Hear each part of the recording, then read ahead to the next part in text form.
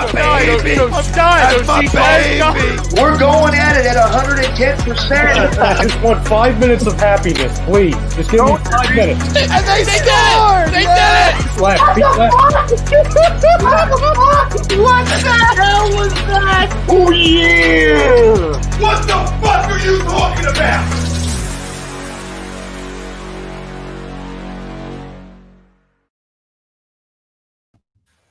Yo, what up, everybody? Yo. Kickin' Stateside is back, better than ever. We're back for a original, beautiful Saturday, by the way. Oh, we're back to the beautiful Saturdays. Not so warm. The sun is shining, but yes, it is. Not warm, but the sun is shining. Again, I'm sorry if you guys were tuning in and looking forward to seeing us last Saturday, but I got the Rona. I'm going to throw it out there so it's out in the open. I got it. Damn it. It's on the list. I got succumbed to it, but if you're wondering why we weren't didn't have a show last Saturday, we had to move it to Sunday. But thank you guys if you did tune in on Sunday. It's just things happen. Anybody who might have checked it out later in the week, we appreciate it. So just knowing I was playing at about 60%, and I tried to do the best that I can. Bro, who's out there doing shows with the Rona? Like, you had the Rona when we did that show. You just didn't know yet. Exactly. Because you were waiting on your results. Like, that's some G shit. Like, look at us. No, I don't know. That's like if you want to say that I'll never play hurt. I mean, I'm gonna play hurt. Yeah, always. As a virus ravaging my body. But no, good thing is I'm on day 10, so I'm feeling actually better every day. So yeah, you look a hell of a lot better than you did last week, definitely. I hope I look good and sound a lot better. A little more pep in my step. I was like on death's door last week. So again, thank you guys again for tuning in and bearing with us through this whole bullshit of 2020. So fresh year. Today we'll talk a little bit about, obviously, kind of piggybacking off my Rona. The Premier League has gone through a little bit of a rise in cases. Obviously, Man City went through it last week with them missing a few key players, a goalie, like we talked about. Ederson was on the list, and our own U.S. men's national team. I see Brian's rocking the kit again, supporting our boy Zach Steffen. He could actually start being the starter for Man City if he keeps playing this well. I mean, we talked about it. Like it's the worst and best situation we could possibly have, because again, as much as you and I and many others outside of a few of our followers, obviously, and all their fans. City's a very hated team, but they're also a very good competitive team in the best league in the world. And if our number one goalkeeper is their number one goalkeeper, we are in great freaking shape, man. That's pretty impressive. Like, that's very impressive. Yeah. So it's like, it's just a double-edged sword. It's like you got to root for the kid. But then you're like, damn it, he's just making City good again. So, yeah, again, it's one of those we want, Zach Steffen to play well and start because it only helps us. But then, like you said, I don't think anybody besides City fans want to see them succeed at the highest level. Yeah. Obviously, piggybacking what Chrome said, you do want teams to have a full roster. Like, what I was going to say, Villa right now is going through it. They just had a goddamn FA Cup game with basically their under 20s playing against Liverpool's basically first team. Well, that's a great point, because I don't think it's just going to be the Prem. I think it's going to be all of England. I think they're going to shut all the league, everything there down. I think they're getting pretty bad there. Big upset. If anybody didn't see this morning, Derby takes an L to Chorley non-league. Chorley has no league. They're just they're just a wandering like Sunday team, and Derby's so ravaged with COVID that they lose to Chorley. The non-league side coming in like big. one of the biggest upsets that in the longest time, and it's strictly due to the fact of this. So I don't know. Hey, Klein, first of all, thank you for joining us. You're right, the real football. I mean, he does have a point. I mean, I feel like the EPL is in the same position as kind of the NFL is. At all costs, unfortunately, going to the poll, there is a lot of money in the EPL. It is the biggest league in England, hands down, and if not the world. So for them to put, a 2-week pause on it would hurt them, not just them, but the players' pockets. Not that, it would really affect the players because they make so much damn money. But I think I don't know. I think in the long run, it would be beneficial because these guys are begging for a rest. They've been running since the restart. So it's kind of like you're killing two birds with one stone. You're going to slow down this spread, hopefully, between the players and coaches and all that. And then on top of it, you're getting these guys that 2-week rest that they asked for. So I don't know. I agree. I think it's just getting to the point, where it's going to have to happen. Everything that I see as far as England's going, they are back on the rise again. I mean, they're going in and out of lockdowns. I think the month of December, they were locked down. And then I think recently again, because the cases were just skyrocketing, that I think they had to go right back to it. Yeah. I don't know if you saw David Moyes came out, I guess this morning, and basically it was telling people not to pick on the players for breaches of COVID violations. Well, that brings up Jose Mourinho. I don't know if you saw this. He thought Serge Reguilon, their new left back recently, he gave him this nice Spanish ham because he thought he was going to be alone for the holidays, and it turns out he brought his family over from Spain to spend the holidays, and of course, he's like, what the hell? To eat that $5,000 ham that he bought. Which is like, dude, I thought you were supposed to be by yourself. And again, he brought up a point. You can't help what the guys do outside of their bubble as a team in the club. I'm sure each club is like, dude, don't go out. Stay inside. Anybody, I don't care if it's your sister or your mom's birthday or whatever, you just cannot go out. You can't see other people that, you haven't been around. And, it's all about it's not fair to your teammates. It's not fair to the other teams. Now we're seeing this now in our sports again too. So yeah, I mean, it's just, it's getting everywhere. And that's the thing. I mean, you can't 100% know everything everybody's doing, Right. You can't control. But if you are a guy in one of these positions where you are, the only thing you're going to be able to do, and it's kind of messed up, but I feel like you're going to have to start hitting these guys in the pockets for getting a positive test almost, because it's like, I don't know what else you could do, because there's no other way to stop these guys from doing what they want to do. They're all millionaires. They all have access to everything they want to do. Yeah. It's hard to tell them no, I guess. I don't know. But they have an obligation. As a player, you have an obligation to your team, the other teams, to do the right thing. Yeah. And again, as a human, it's hard. I know. Trust. I think everybody can speak and say that it's hard the last 9-10 months to not go out and start, doing stuff or hanging with friends, or there's a lot of sacrifice everybody had to make. But And I know people have been getting a little like, hence why whatever I got it, but like that's why I can't give these guys an excuse though, because they're still getting out. They're still getting social interaction by going and being able to practice and play their games.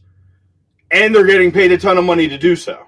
So those three things shouldn't be an excuse, like I get it. Other people, we want to see people.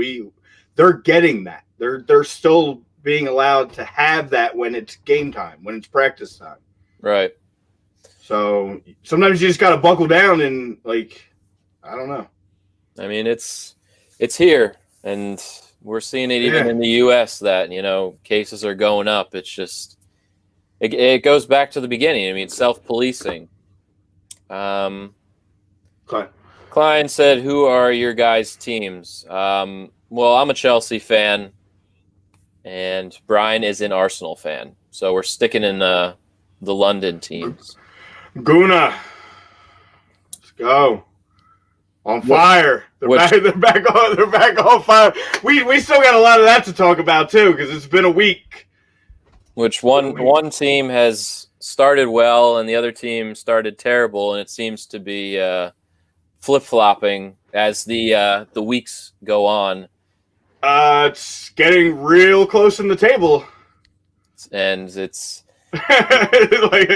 any finger pointing is starting to happen now on the Chelsea side as not opposed to the Arsenal side. So we shall see.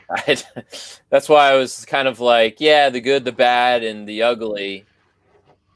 I was like, well, there's been some good, there's been some bad, and there has been some ugly, which is why I don't know if Kai Havertz was pictured in the Kai Havertz was the picture. Mm-hmm. He was the epitome. He's been the ugly so far. Out of the good, the bad, and the ugly, he has been. That contract is. I support. Nice. Oh boy! Well, you got a guy from Glasgow. Welcome, and I really hope Eddie pops on. We haven't seen any comment from him yet, but Eddie Klein, if you don't know, since it's your first time joining us, is our resident Rangers fan. So that would just be fantastic to have you two. He loves interacting as Adam and I are here.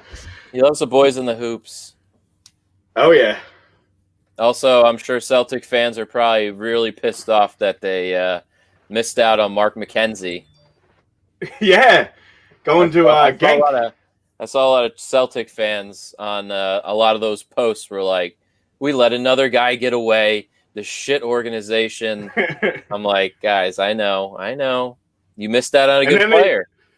And then they were just given one player of the month. And there's a lot of people not very happy about that, including Eddie, who, again, may be joining us, may not. I'm sure at some point he usually hops on. He missed us last week. He hit me up. He's like, "Did you guys have a show?" I was like, "Yeah, we moved it to Sunday." Sometimes. And I didn't get it advertised as well. It was just a rough week for us. But we're back on track here. Oh yeah, hell yeah. Are we putting the Colts game on? Yeah. I'm gonna watch the Bills probably stomp them, but the 1 year. Yeah. I know this is tough for the Celts, with Rangers being so good. It's tough to get in there. It is. Yeah, it's kind of a quiet weekend. There's no Premier League games. A lot of FA Cup.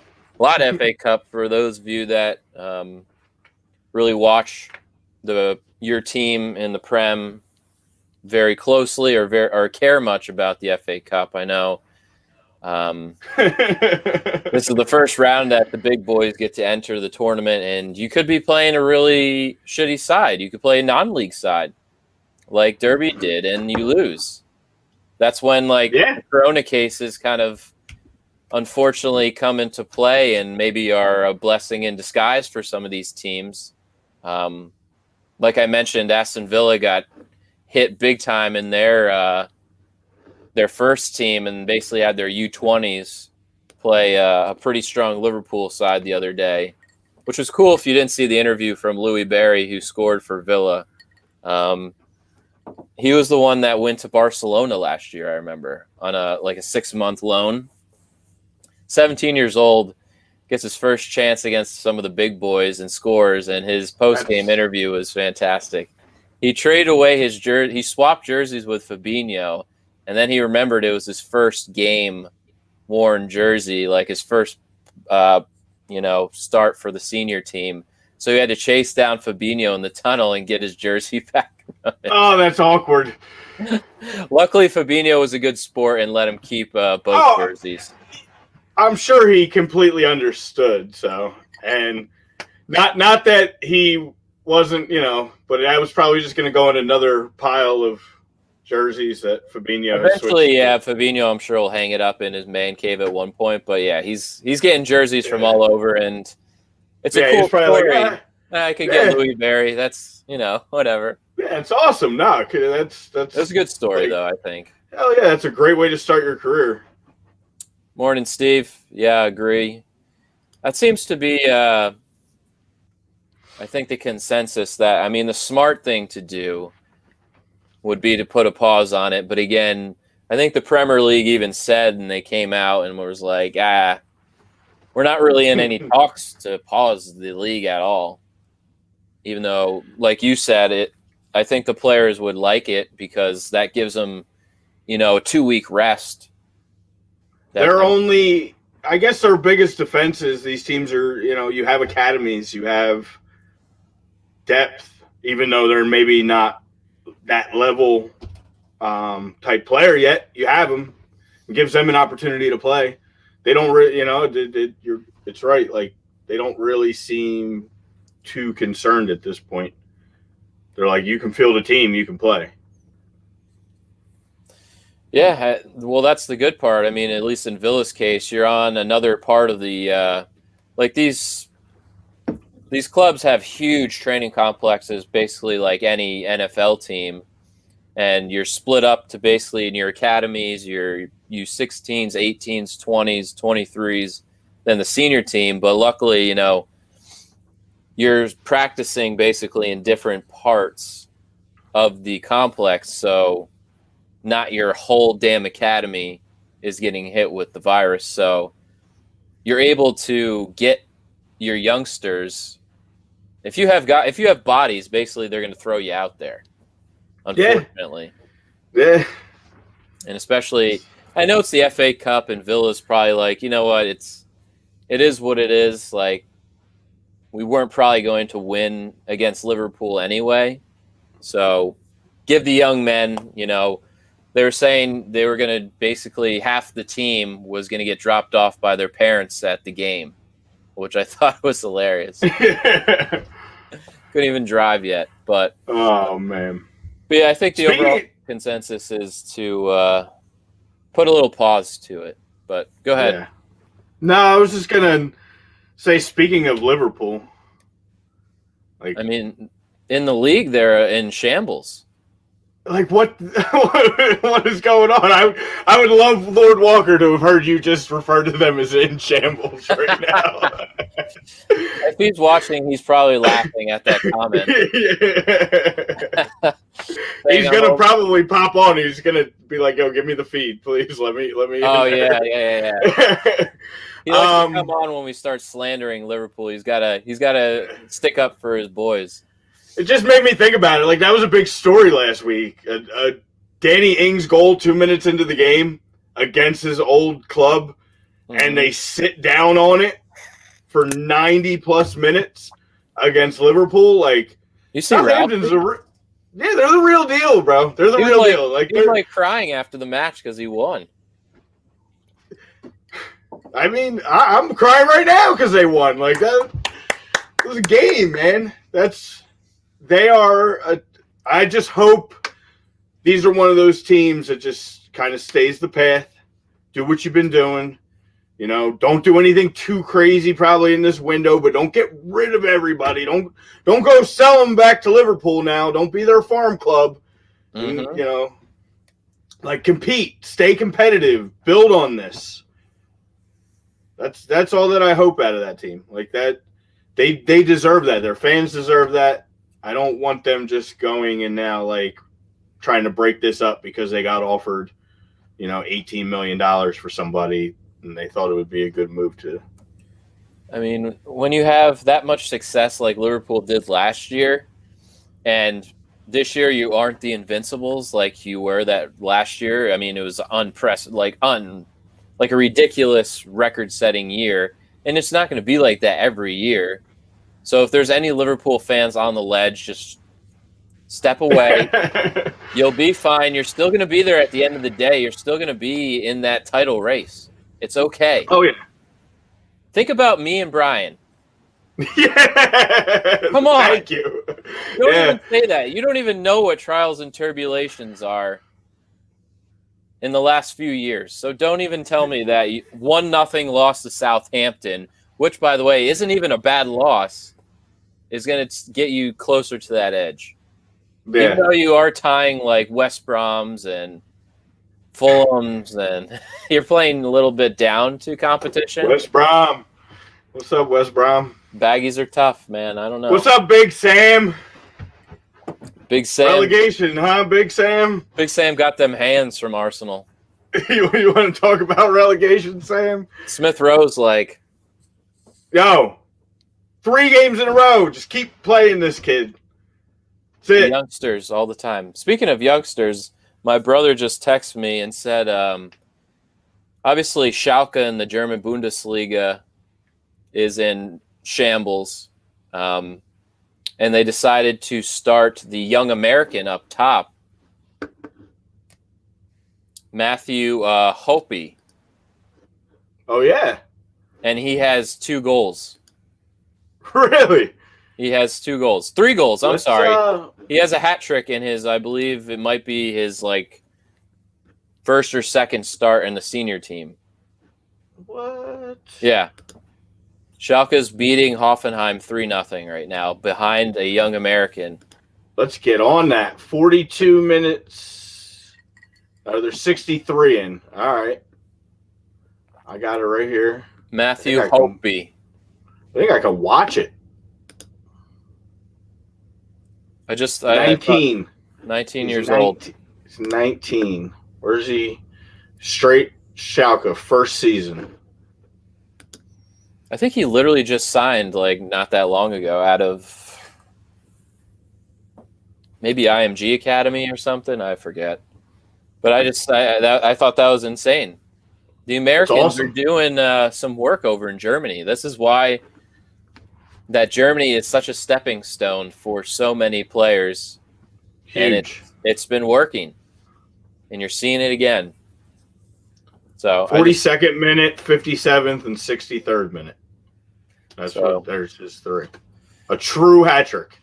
A true hat trick. Yes. So I thought I should bring that up. I thought that was very interesting and just makes our, statement stronger on some of these, on the U.S., how good we're going to be here in the next few years. So stay tuned to that. Especially if we're getting guys like that, like not even on the not even on the radar of the national team. And now this kid's gonna get, turning some heads. I love to see it. I mean, it's not bad. No. But yeah, I was just looking up some of the scores. Sorry, I was seeing what's going on in the FA Cup. See, you said like a lot of people don't care about the FA Cup. I have to, as an Arsenal fan, like that's our season usually. We have 14 FA Cups. Like no matter what, like even last year we get an FA Cup. It's great. Yep. Yeah, you have to. As everything is, you get an FA Cup. Like you have to defend your crown, man. Yeah, got to defend the crown. Got Newcastle today at 12:30.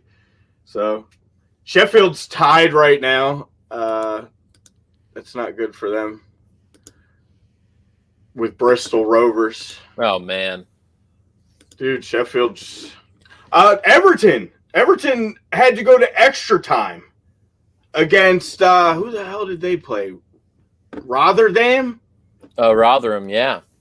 Or Rotherham, yeah. It took them to extra time. It took James to Decore in extra time. It was actually a really nice goal. It was a really nice pass.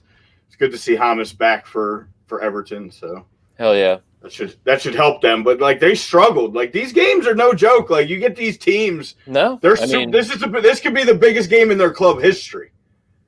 So these dudes are pumped to come play you. And most of the time you're like, oh man, I just played 3 games this week in the Prem. Like I'm super tired. You know, like you don't want to go out and play this scrappy ass League 3 team right now. Well, they're just going out there. They got nothing to lose. Yeah, on a cold Saturday morning, like those dudes want to punch you in the mouth and try to like this is huge for them. The biggest sometimes for the big clubs. Like the academy, like these little, you know, I don't even know if they would say that they're tournaments or whatever, but something like that. Cup games, I guess, would be better. But yeah, Bristol Rovers, this is their biggest probably game of the season. Yeah.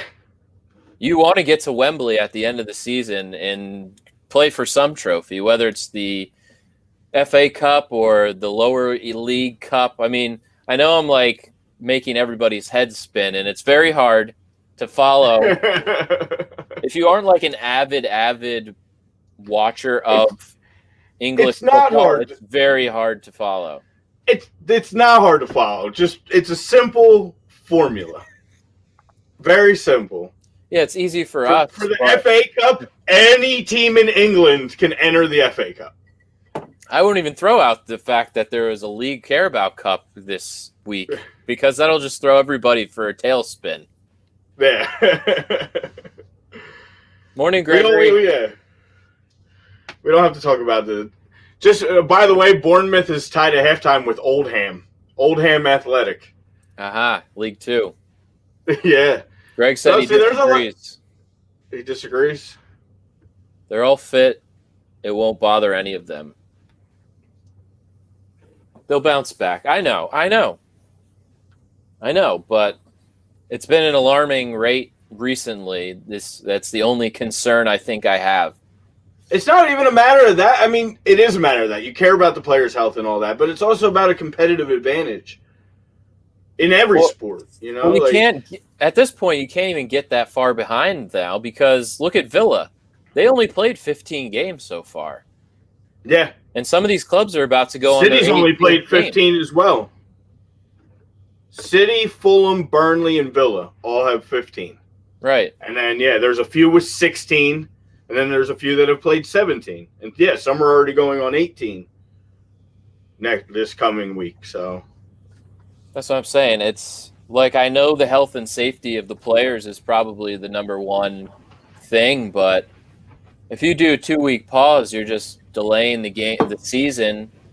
And you can't go by just club. Because now Villa, like we said, they're already 2 games in hand, about to be 3. They don't even know if they're going to be able to play on Tuesday or Wednesday. What if they took the 4 teams that have played 15 games, right? Because they were supposed to have played each other, and that's why all 4 of them only have 15 games, because those were games that were postponed between the 2 of them. Why don't they pause the league for 2 weeks? Put those 4 teams in a bubble. Yep. And just have them play out their home and away now. They play 2 games each, and they get caught up, and then later on in the year, they'll have a week off when that game would have been scheduled.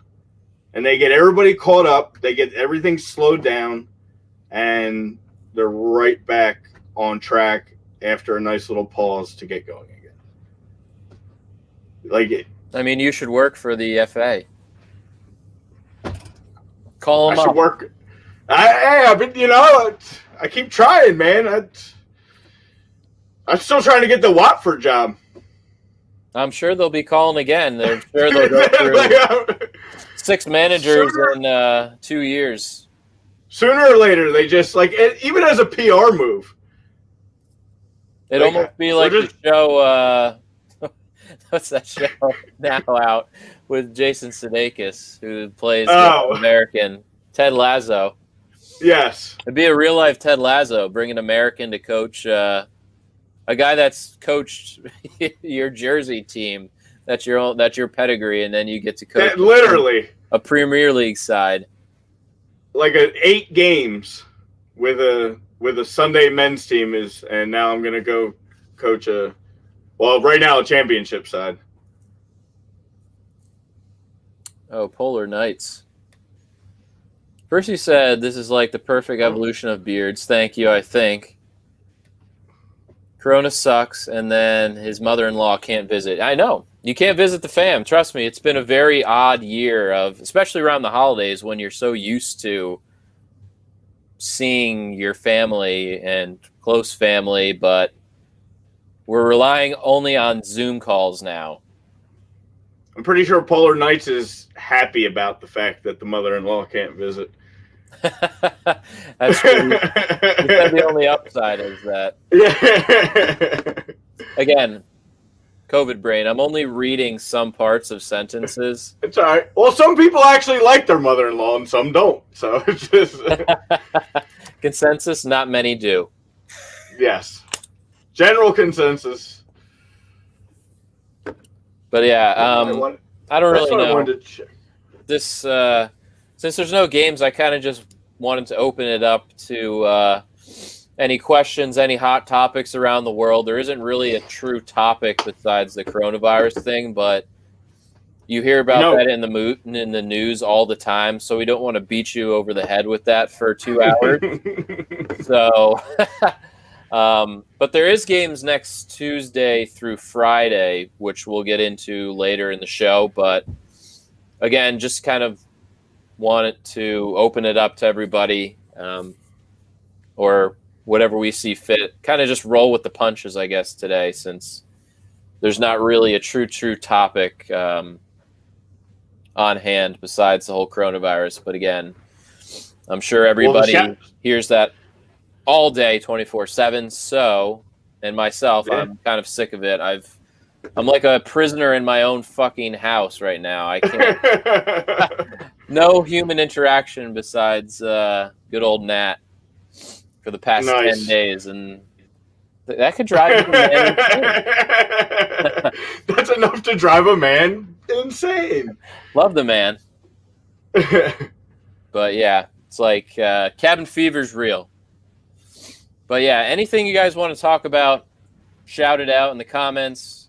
Even if you wanted to come on and say hello. It's kind of this new thing that we've been trying. Again, I haven't heard from Julio in a while. I know. I hit him up. I think he's been kind of busy. Somebody, one of the kids he trained, I guess, or coached or something, just got signed by RSL Academy. So that was kind of cool. I saw that. Yeah. So congratulations to him. I know a lot of people get confused that we don't really know what's going on. Like people post everything on A2D assuming that it's an actual like American football show, but unfortunately or fortunately, we talk about soccer on this show. Every other one has I know talks about American football, but occasionally we will reference, an American sport, especially, a local sport, but of course, this is a soccer show, guys. I know. You know what? We do play soccer United in the US. Can United win the league? Yes, I said that. I said that last week. United can win the league, and you know why? We talk about games in hand.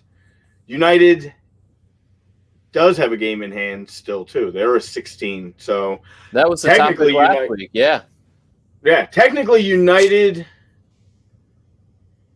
has an available 3 points on the board.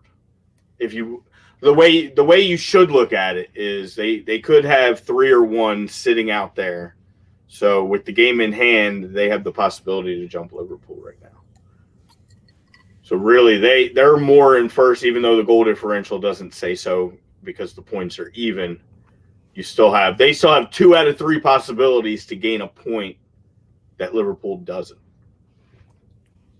If that makes sense. I mean, they definitely have any chance, like a pretty good chance that most at any other team it had, really. Yeah. Good By the parity. way, for the Schalke game that we were talking about, Yes. my man Saeed was starting at left back on the loan that we discussed last week. So He's going to be the Good reason for that him. they turn it around. he could be between this American kid scoring goals and him helping out on the defense. Mhm. I mean, not Hoffenheim's no powerhouse, but they're shutting them down right now. It's 3-0 still. 78th minute. You know, it's a double-edged sword. Like I want Schalke to be relegated, but I want this American kid to play in the first division. Right? But Polar Knights, yes, we do play soccer in the U.S. Actually, the MLS is getting a lot better. Yes. And so is this team. Yes. And and American kids are getting looked at a lot more. That's what I love. It's like USA trajectory is up here. The Mexico team is going down. They're getting old, long in the tooth. Guardado's like 36 now. I heard he's come to the MLS. I don't know if that's just a rumor or what.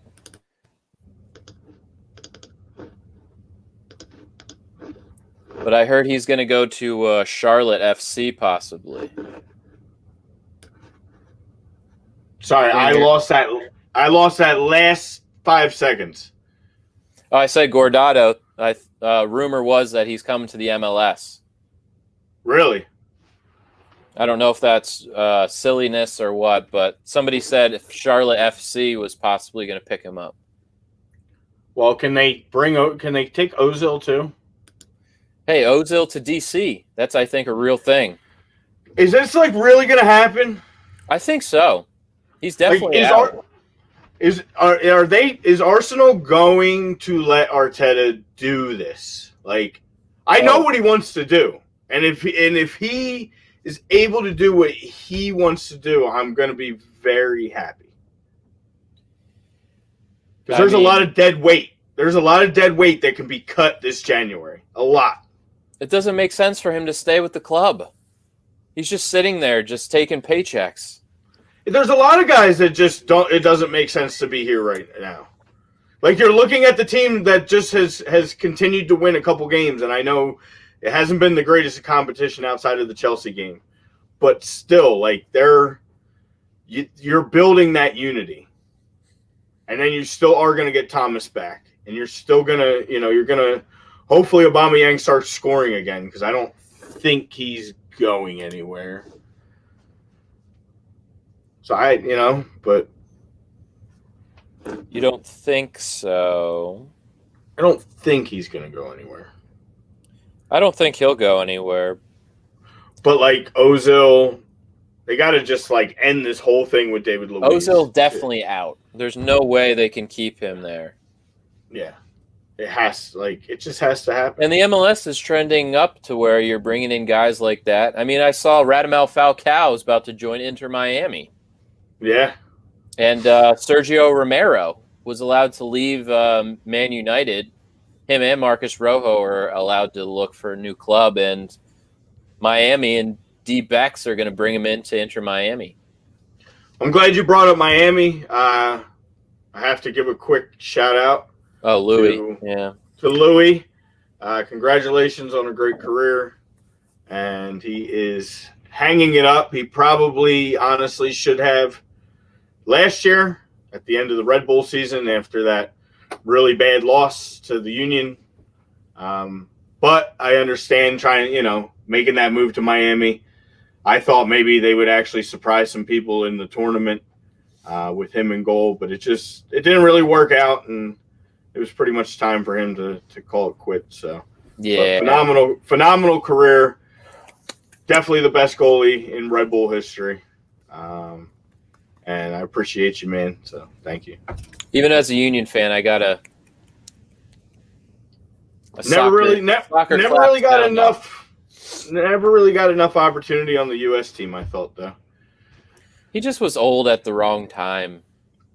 Yeah, I guess. Yeah, like he got good at an older age where they weren't trying to do. You know, Like- there was a lot of other guys blocking him. Unfortunately, Timmy Howard, when you got Timmy in front of you, that's tough for any goalie.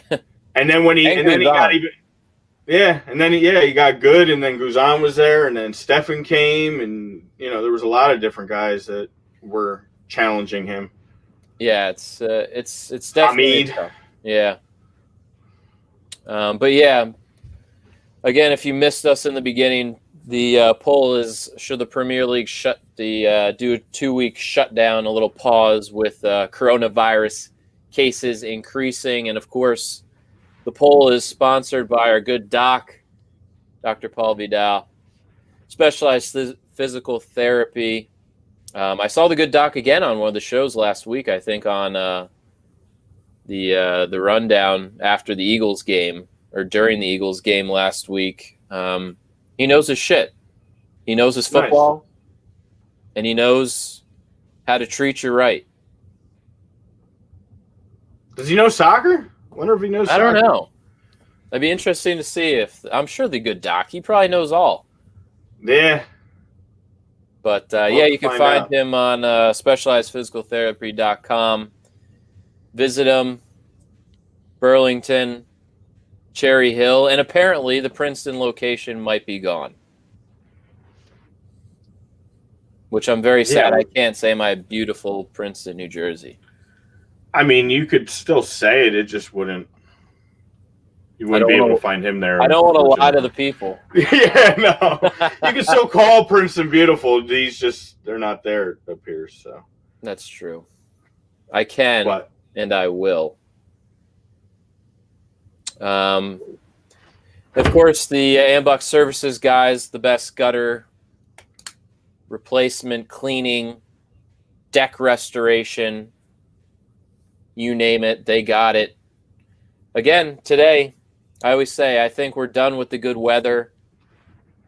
And literally, the weather punks me every goddamn week because the sun is shining, the birds are chirping, and you could be having it's nice. Cool, but you could still have the Ambuck guys take a look at anything in your backyard you want redone. Give them a shout. 856-879-5530, ambuckservices.com. Also, Philly drinkers, if you want that A2D swag, I'm telling you, go to phillydrinkers.com/A2D radio. Find all the A2D radio gear. You can pick up some sweet Kickin' at Stateside gear. Birds of a feather, any show you want. Yeah, weekly roundup. Some sweet winter gear. Nice hats, nice winter hats, some dope sweatshirts. Just type in the promo code A2D radio, get 20% off, and you'll be hooked up. You'll be looking fly for whenever we can go outside and enjoy company again. You'll be like, damn, where you get that shit? Stuff too. Yeah, man. Definitely. So every time I go on there, there's something that I'm eyeing up. So shout out I'm about to do what you did. Yeah. Sorry. No, I was just giving some love to hooking up with some swag. Yeah, appreciate everything Alex does. It's a great company, and he's definitely made some cool shit for A2D. Hell yeah. I guess since we're kind of in the a weird dead period with the league, maybe a little transfer news, maybe a little silliness. Silly season is upon us here in January. One move that is official, the Manchester United did sign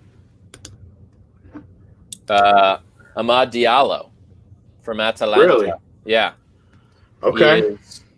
He was in United yesterday getting a physical. Nice. So, some reinforcements coming for United, trying to shore up any title, the second half push to get him over, try to get him past Liverpool here. I didn't see how much it was for, but it is official, if anybody was wondering. So United just getting some reinforcements here for the second half push. And speaking of another United, West Ham United, a team that's actually been playing pretty well, your boy Sebastian Haller's out. Ajax. Yeah, I tagged you. I tagged the Kickin at Stateside earlier this week, and I saw that. Yeah, so he's out of there. There's talks that Arsenal should sell Eddie Nketiah to West Ham. Yeah, apparently he's not on the good spirits with the Arsenal. I saw fan pages. Yeah, well, I guess there's a lot of Arsenal fans, and I am one of them as well. As much as you know, I love Eddie. I always talk about Eddie. This other kid behind him, Balogun or whatever. Oh, yeah, the American. Balogun, the American. Everybody wants him. They really, every time he gets an opportunity, he's been playing well.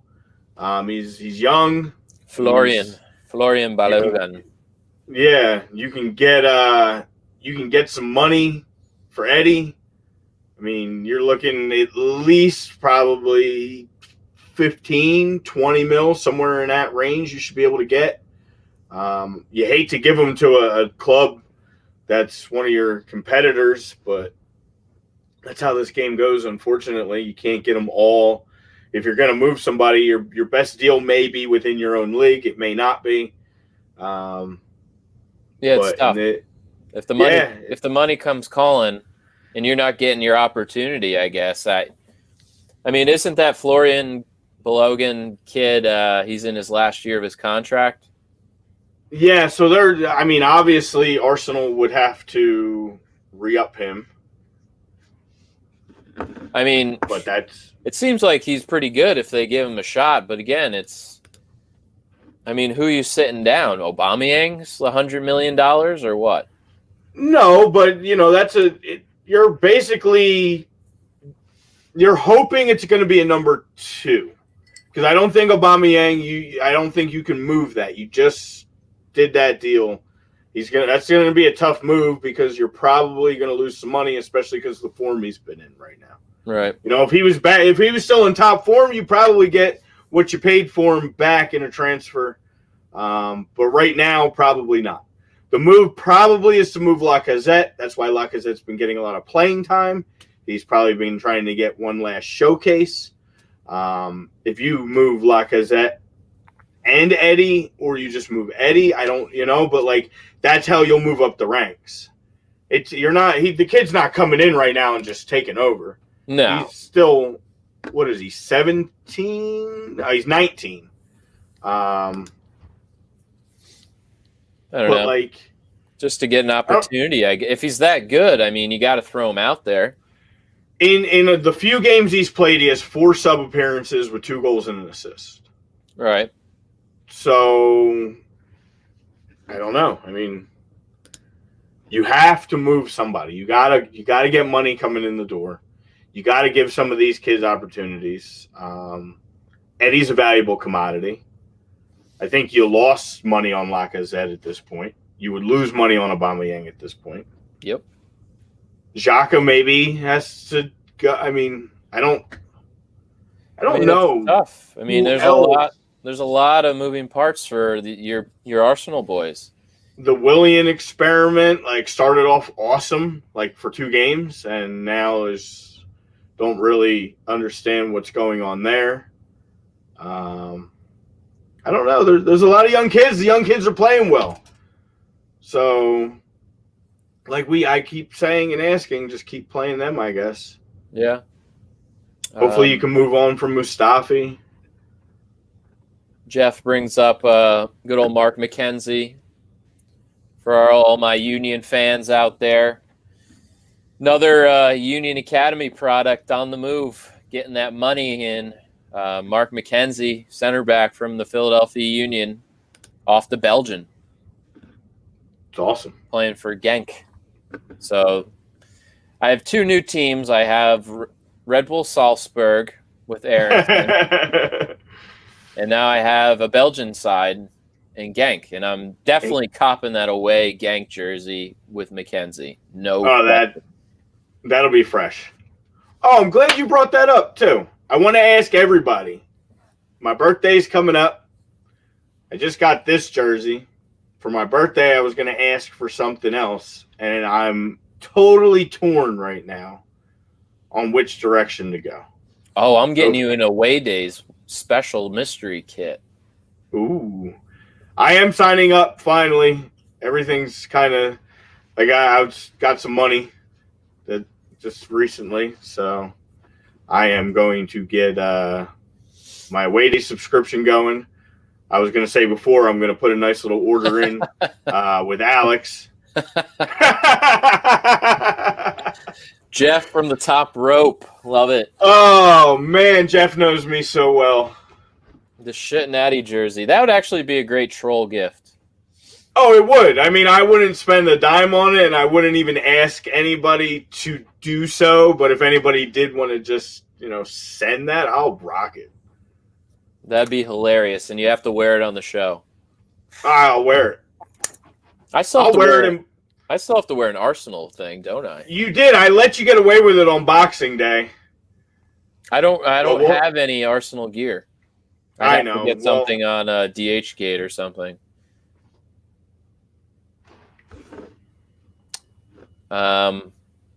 Did you freeze? Where did I go? Are you gone?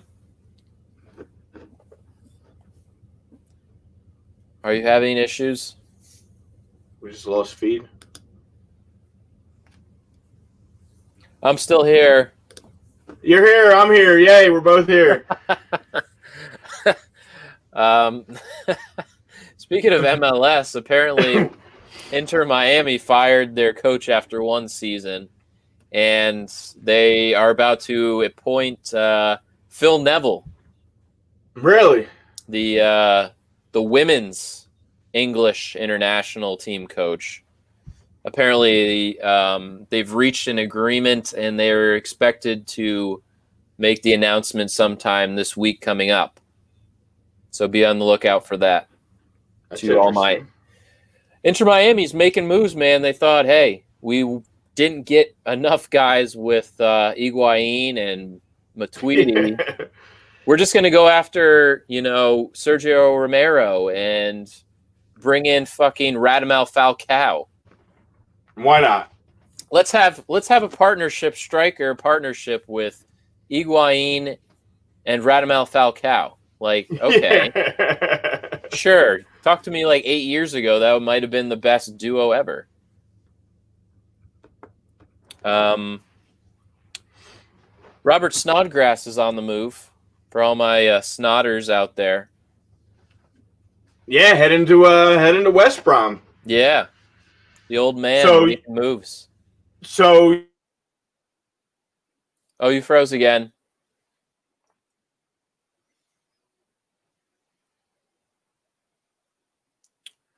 What else? Oh, Newcastle's trying to up their squad this time in the January transfer window. Apparently, Steve Bruce is trying to pluck some Man United players. Stevie Bruce is looking at Brandon Williams, Phil Jones, and maybe getting Jess Lingard in to help Newcastle. Possibly. Big names. Jesse on the move. He stinks right now. He needs a new change of scenery. I don't know the last time Jesse Lingard was actually a good footballer. It's been a minute. But I just saw that, and I thought that was hilarious that Newcastle is trying to rely on some of these old Man United scrubs to move them up in the table. Hilarious.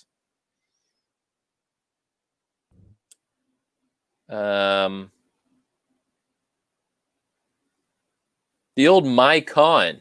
Remember Mycon? All my old soccer heads out there. Oh, Brian is coming into the stream. Hey, You're back. I don't know what the hell's happening here. I was just about to say, remember Maicon, the defender, the Brazilian? Yeah. He's 39 years old and he's making his comeback. Yeah, see, the crazy thing is when I drop out, I can hear everything. Is it good? Oh, yeah. Okay. Yeah, no, it's weird. I can hear everything you're saying. I just somehow disappear. So then I'm answering and I'm like, yeah. But yeah, no, I saw that. That's pretty awesome. 4th tier in Italy. Yeah. Guy wants to play. The guy's a gamer. For Sona. Yeah. Apparently his son will also sign for the club. That's awesome. So that's the move. Oh, here's some Playing with Arsenal. I don't know how credible this is, but again, bear with me. This might be silliness. There's always silly season. This is Some fun. of it This is a silly season. I'm just trying to get the Arsenal fans excited a little bit.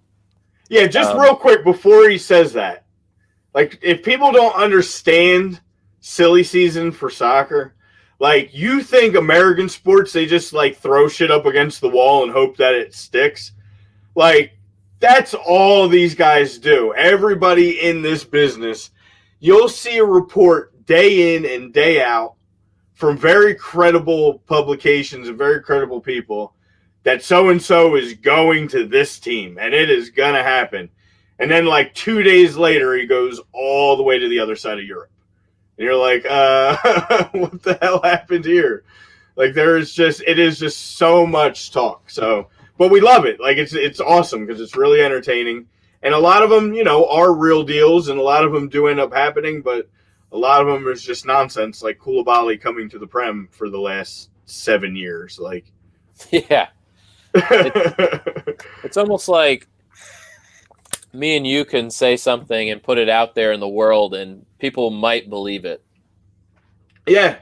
Just like take a shot. Like, Ozil to Red Bull. And people would probably jump on that train and be like, oh my God. Yeah, Thierry Henry calls Ozil, convinces him to go to Red Bull and MLS. Like right there. That's believable. Somebody would believe that. Throw that headline out there. You could totally connect the dots too. There's a lot of backstory, but yeah, it's just funny that you could hear these craziness. But so what is it? What is the talks? Arsenal have shown a little bit of interest in Julian Draxler, who is a free agent this summer at PSG. I heard this one in our last little... But he's not the number one target. My own Borussia Dortmund lad, Julian Brandt.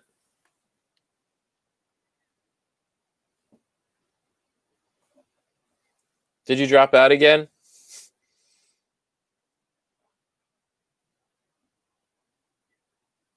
Brian?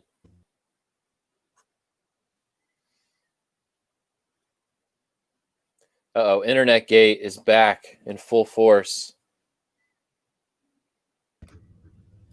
It's back. Dude, I don't know. I had a game on streaming too. Maybe I'm just killing my bandwidth. I gotta kill it all. The Internet Gate strikes again. Oh, Internet Gate is back. I get the nice, beautiful computer. I get the nice setup. But sometimes you just can't help the damn internet. So...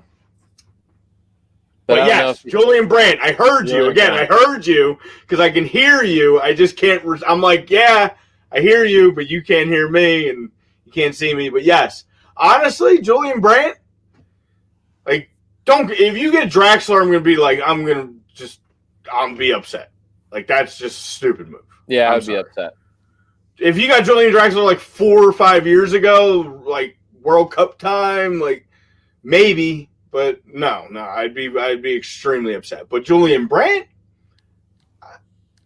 I'm interested. Again, my thing is, and you're seeing it now again with your boy Havertz, is this German way of playing, the German lifestyle, the German game. There's a lot of issues with German players translating to the Prem for whatever reason. Yeah.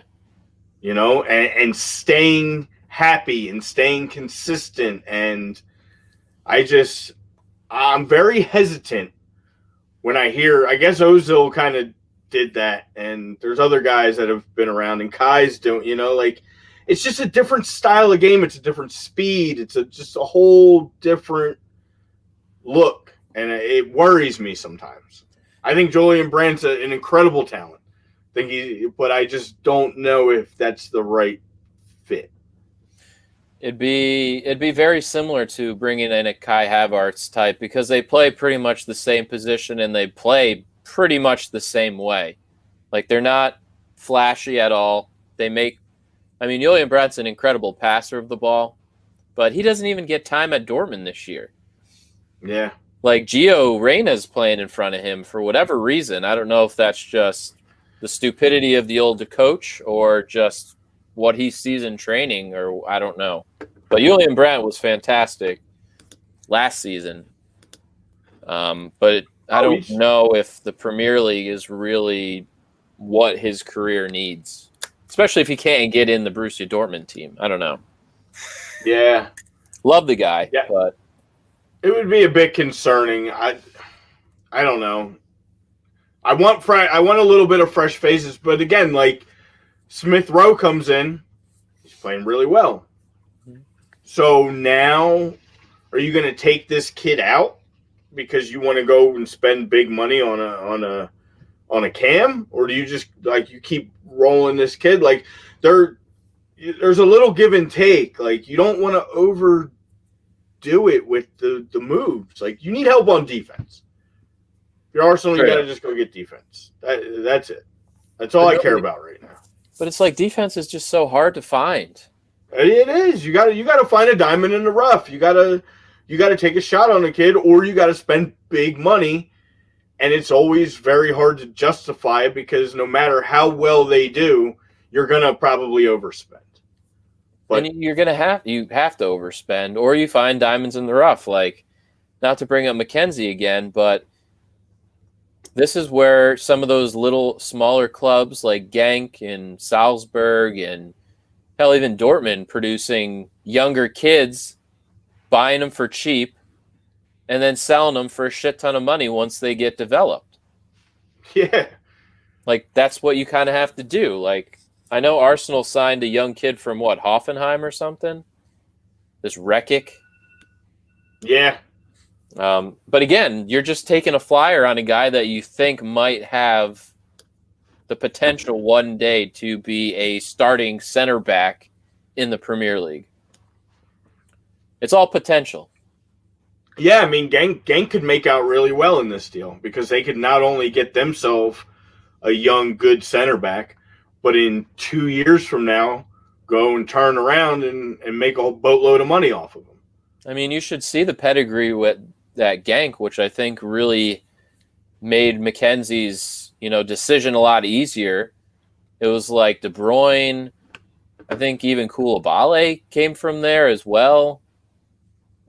They've had a lot of good players come through that system. Leon Bailey, the Jamaican, who's been talked about coming to the Prem for a long time.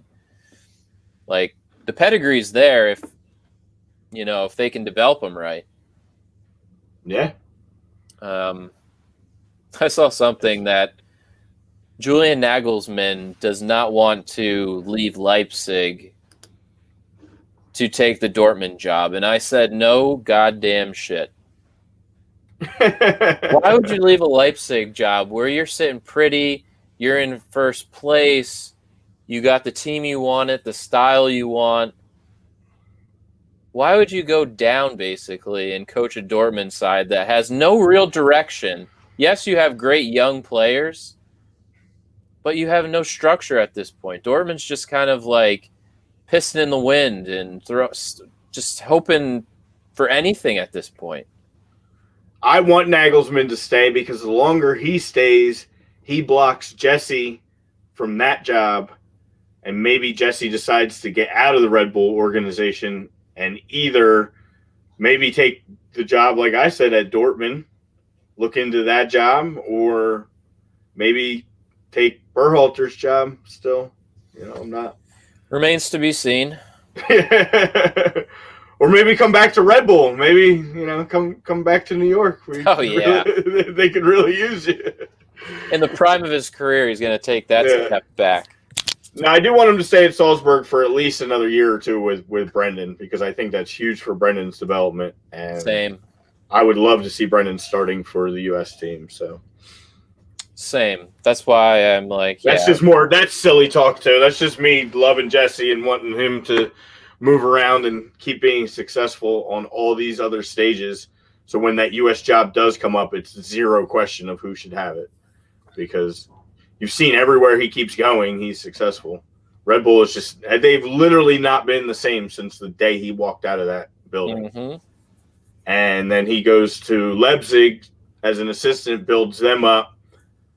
Then they become, all of a sudden now they're a top 4, solid team in the Bundesliga. And now he's in Salzburg, and I think they're still number 1. I would assume they're still number 1. Yeah, they're usually like up there in top 2 at least. Yeah. I saw something recently, Mauricio Pochettino recently went to PSG, right? Mm-hmm. And of course he gets a draw against Saint Etienne, and everybody's coming out saying, what the hell? This isn't good enough. Like Saint Etienne's payroll is 88 million. PSG's payroll is like 488 million, like 4 times the amount. And now Pochettino apparently wants Kun Aguero next season to come and bail him out. Of course. And score goals for them. Because, hey, sell off Neymar. Get that motherfucker out of Paris. I mean, build around Mbappe if that's what you want to do. Yeah, like, not the other way around. Right. Like I think that's gotta end, because you're not gonna. You have the best player in France. So why would you get rid of Mbappe? And he's younger, he's better. Like, it's time to move on from Neymar and get this thing going, I think. And I don't think Neymar is a Poch guy. Poch is not soft, and I feel like Neymar is soft. Extremely soft. So like I just don't feel like that's a good combo. Like, I feel like PSG would be very much more successful with him out of there. I don't know where he goes though. Like, where does Neymar go now? Does he go back to Spain? Back to Barca. He's not coming to the Premier League. He's too soft for that. MLS? Yeah, right. MLS? Would he do it? Would he go to Miami? Talk about taking a step down. Would he go to LA? In the prime of his career, just goes to MLS. Man. I really hope He'd be so loved and hated at the same time. Nah, dude, he would. His jersey sales would be like ridiculous. Ridiculous. Ridiculous. And if we're ever allowed to have fans in the seats, that would be an attraction. Neymar to Galaxy. Can you imagine Neymar and Messi in the MLS in like 2 years? I mean, if they come to the Union, fuck that, I'd go, of course. Why not?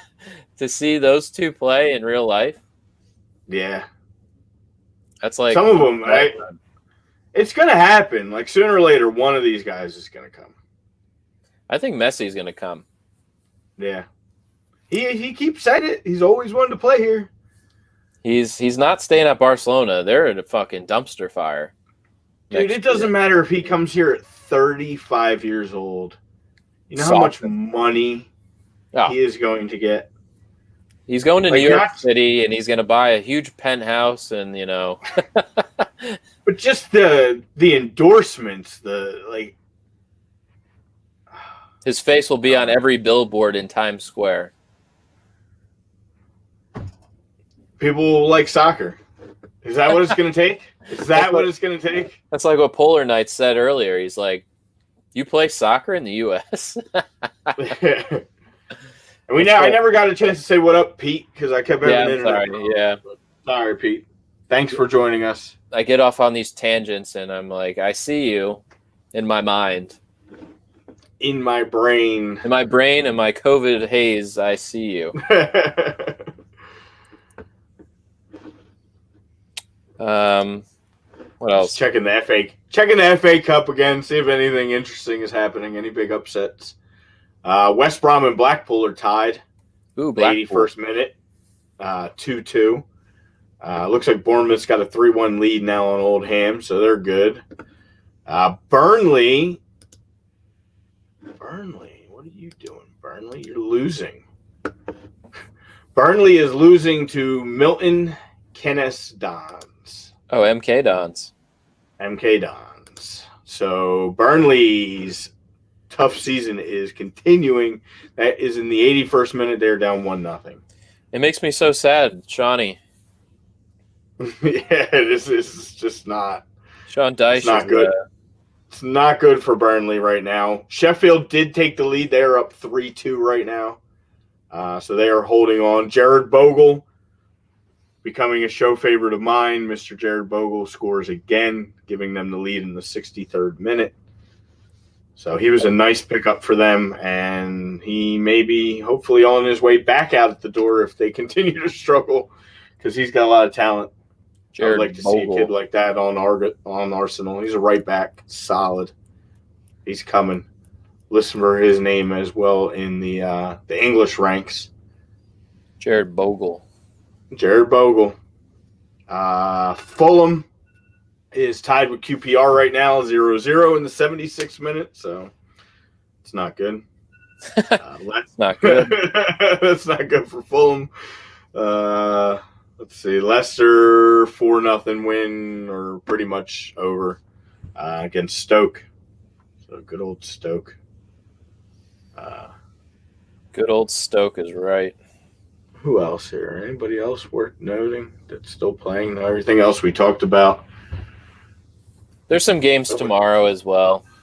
Chelsea. Yeah, there's actually and some good games tomorrow. I forget. Oh, Morecambe Wanderers. Yeah. Hopefully beat them. I don't even know anymore. At the Bridge too, so yeah, you gotta take that one. That's a Billy Gilmore start for me. Throw the young Scottishman. When does Arsenal play? Today? They play today. They play later today. 12:30 today. Against 12:30. Newcastle. Yeah, we actually have to play a Prem side, even though it's Newcastle. But I love that when the Prem teams in the first round that they're allowed to be in the competition, they draw a fellow Prem team. One to watch, 3:00 today. United takes on Watford. Oh God. Don't get don't get beat by Watford. Climb your way up the table in the Prem and then lose games to Watford. I mean, I'm watching Dortmund and Leipzig today at 12:30 after we get off. That's for damn sure. Oh yeah, that's a good one too. Obviously, I'll be watching Arsenal, but you know what stat I just came upon? What's that? The MLS currently has 40 players with Argentinian nationality. That's the most in the MLS. Outside of an American, I'm assuming? Yeah. That's Argentina is the country with the most foreign players within MLS. It's not surprising because as you said that, I'm just starting to think of players, and there are a lot of Argentinians in the MLS, and there's a lot just of so many good ones, but yeah, their attackers are their best players. With Messi, obviously Higuain has probably phased himself out, but you still have Dybala. Some of these guys, what the fuck's that one dude's name? Lucas Ocampos, who made his name a little bit last year for Sevilla. It's tough to get in any minutes. Yeah. If you're an attacking player for Argentina, you're just not going to. Dybala doesn't even really play because Messi's in that same position. Yeah. Hence why they're not very good ever. Because apparently, according to the coach, they can't play together on the same pitch. Oh yeah, that's an issue. So their defense is usually, Otamendi was always nice, but he's super old now. Marcus Rojo. Yeah. A younger Marcus Rojo when he was good. Yeah. I like how Wolves are in such dire needs for any goal scoring that they recalled Patrick Cotrone back from loan from Fiorentina. Because Podence is out for a month now. Yeah, I saw that. And, of course, they put him right in the game yesterday. And Traore actually scored first goal. He did. Hey, there's Andy. Yo, where the hell you been at, dog? You better turn those notifications back on. God damn it. I hope the other guy's still here. We had a Celtic fan on earlier. I was trying to get you two to interact. From Glasgow. Yeah, so Klein, if you're still here, meet Eddie. Eddie. Hopefully Klein's still here. I don't know. I haven't heard from him in a little bit. So he's like, what? Yes. Americans talking football? That's fucking crazy. I know. I wonder if my boy's watching right now because he just sent me the time where Mesut Ozil once produced a touch so outrageous it silenced the Liverpool fans, and I remember that. And I understand that Ozil was once, someone who seemed to care about Arsenal, but it's been a while, so. But thank you for sending that. Oh, Lord Walker's in the house now, too. Everybody's here. Everybody's joining us for the last 45. Beautiful. I mean, West Coast time, I understand some of these. Hell no to the Man U winning the title. I think Lord Walker's going to stand strong on that and say no. Yeah, we knew that was happening. Lord Walker, if you listened earlier, I'm sorry. I didn't mean to call Liverpool in shambles. I didn't mean that. They're not in shambles. They're just not the Invincibles. And Brian's frozen. Or he's just playing really good at Statue.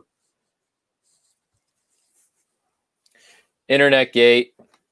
Leicester. There we go. Back again. Leicester, if they can all get healthy and maybe get some of their defenders back at some point this season, maybe. For them, it comes down, if Kasper Schmeichel has a goalkeeping year that he did like a couple years ago, then maybe yes. And if Jamie Vardy just keeps dipping from that fountain of youth, maybe. I don't know. Zach Steffen takes over as number one goalkeeper. City signs Messi to a 1-year deal. What is this? City goes on to win the league. we said silly season. I'm just throwing random silly what ifs.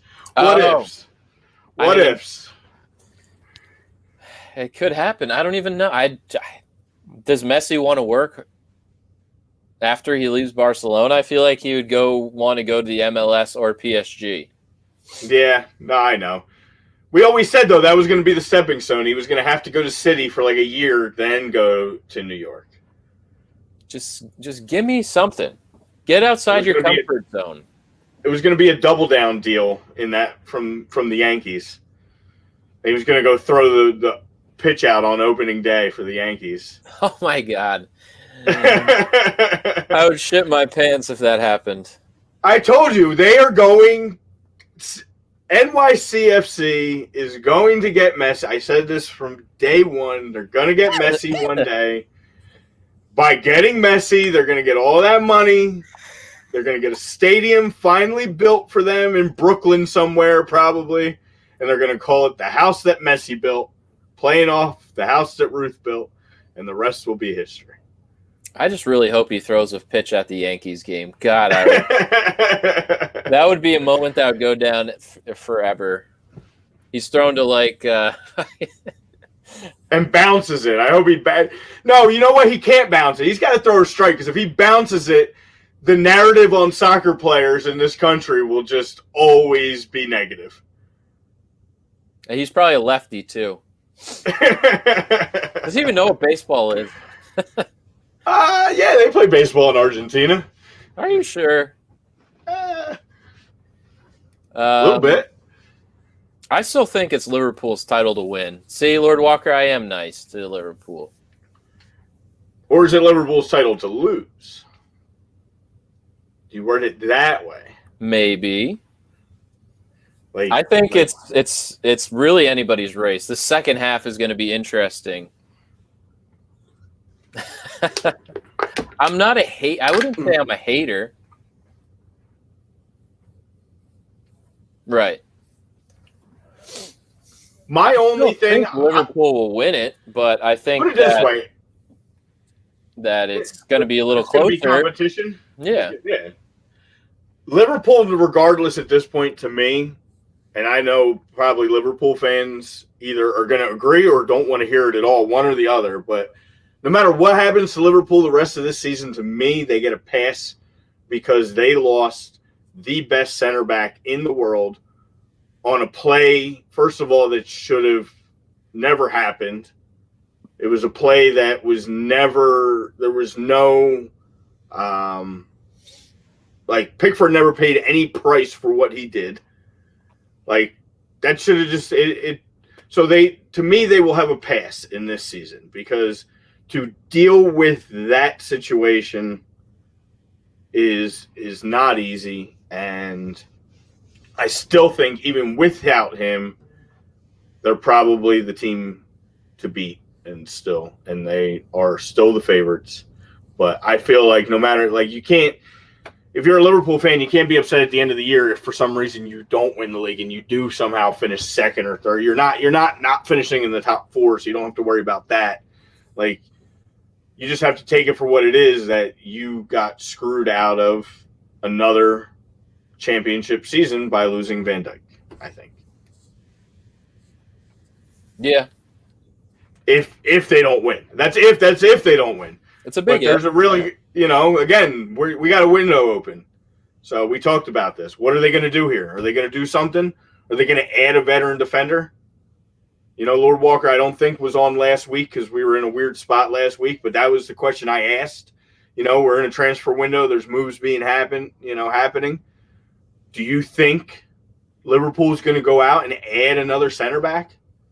Like, from an outsider's perspective, I would. I wouldn't go do anything too crazy, but I would get a pretty decent veteran in there to just give some assistance.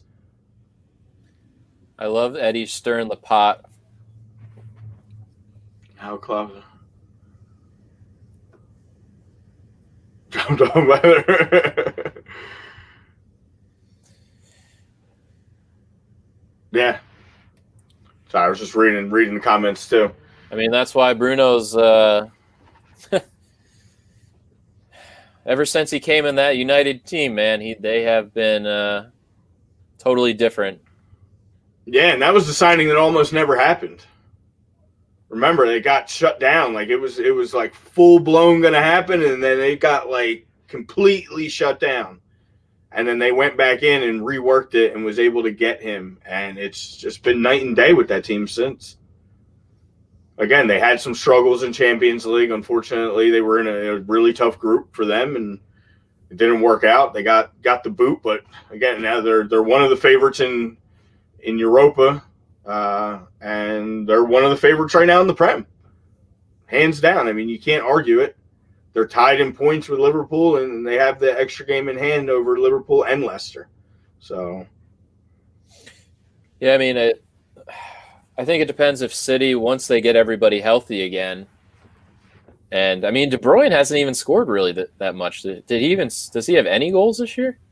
Yeah, I know he has scored, but he's not been his normal self. He hasn't been that clinical around the net, from what I've seen. That whole team, it's just strange right now. I mean, you got Gundogan, who's been their best scorer. Yeah, as of late. Ilkey's been like your number one guy lately. But I mean, I don't know. It's a league that it's all offense, it's all speed, and it's like we've talked about.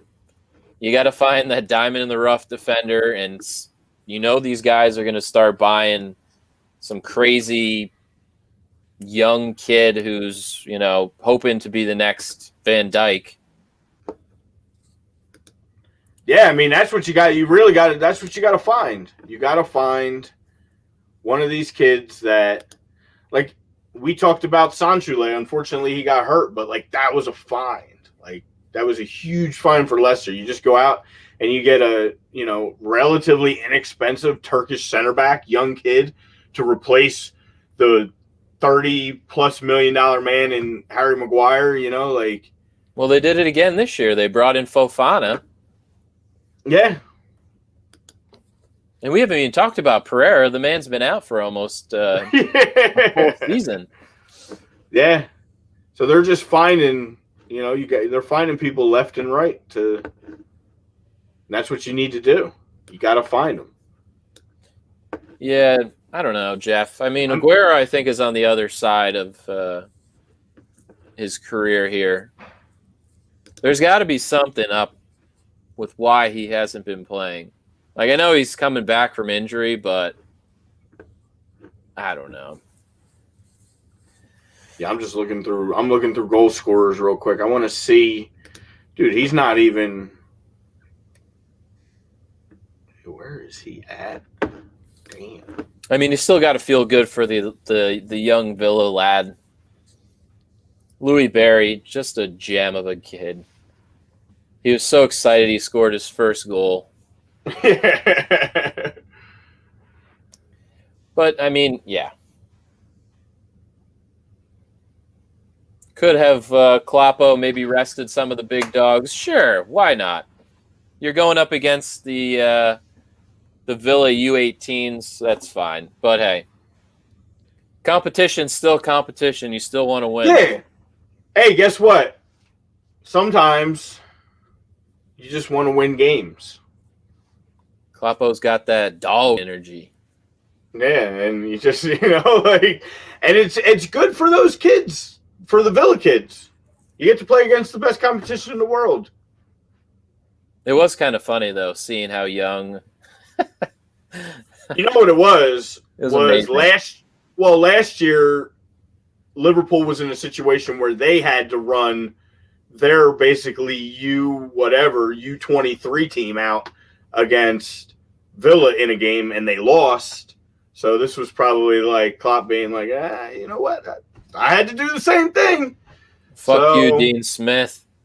Yeah, my guys need more games. It was literally the whole U20 roster, even the coach. And De Bruyne is sitting at 3 goals. So De Bruyne has as many goals as Stuart Dallas does on the season. Let that one sink in.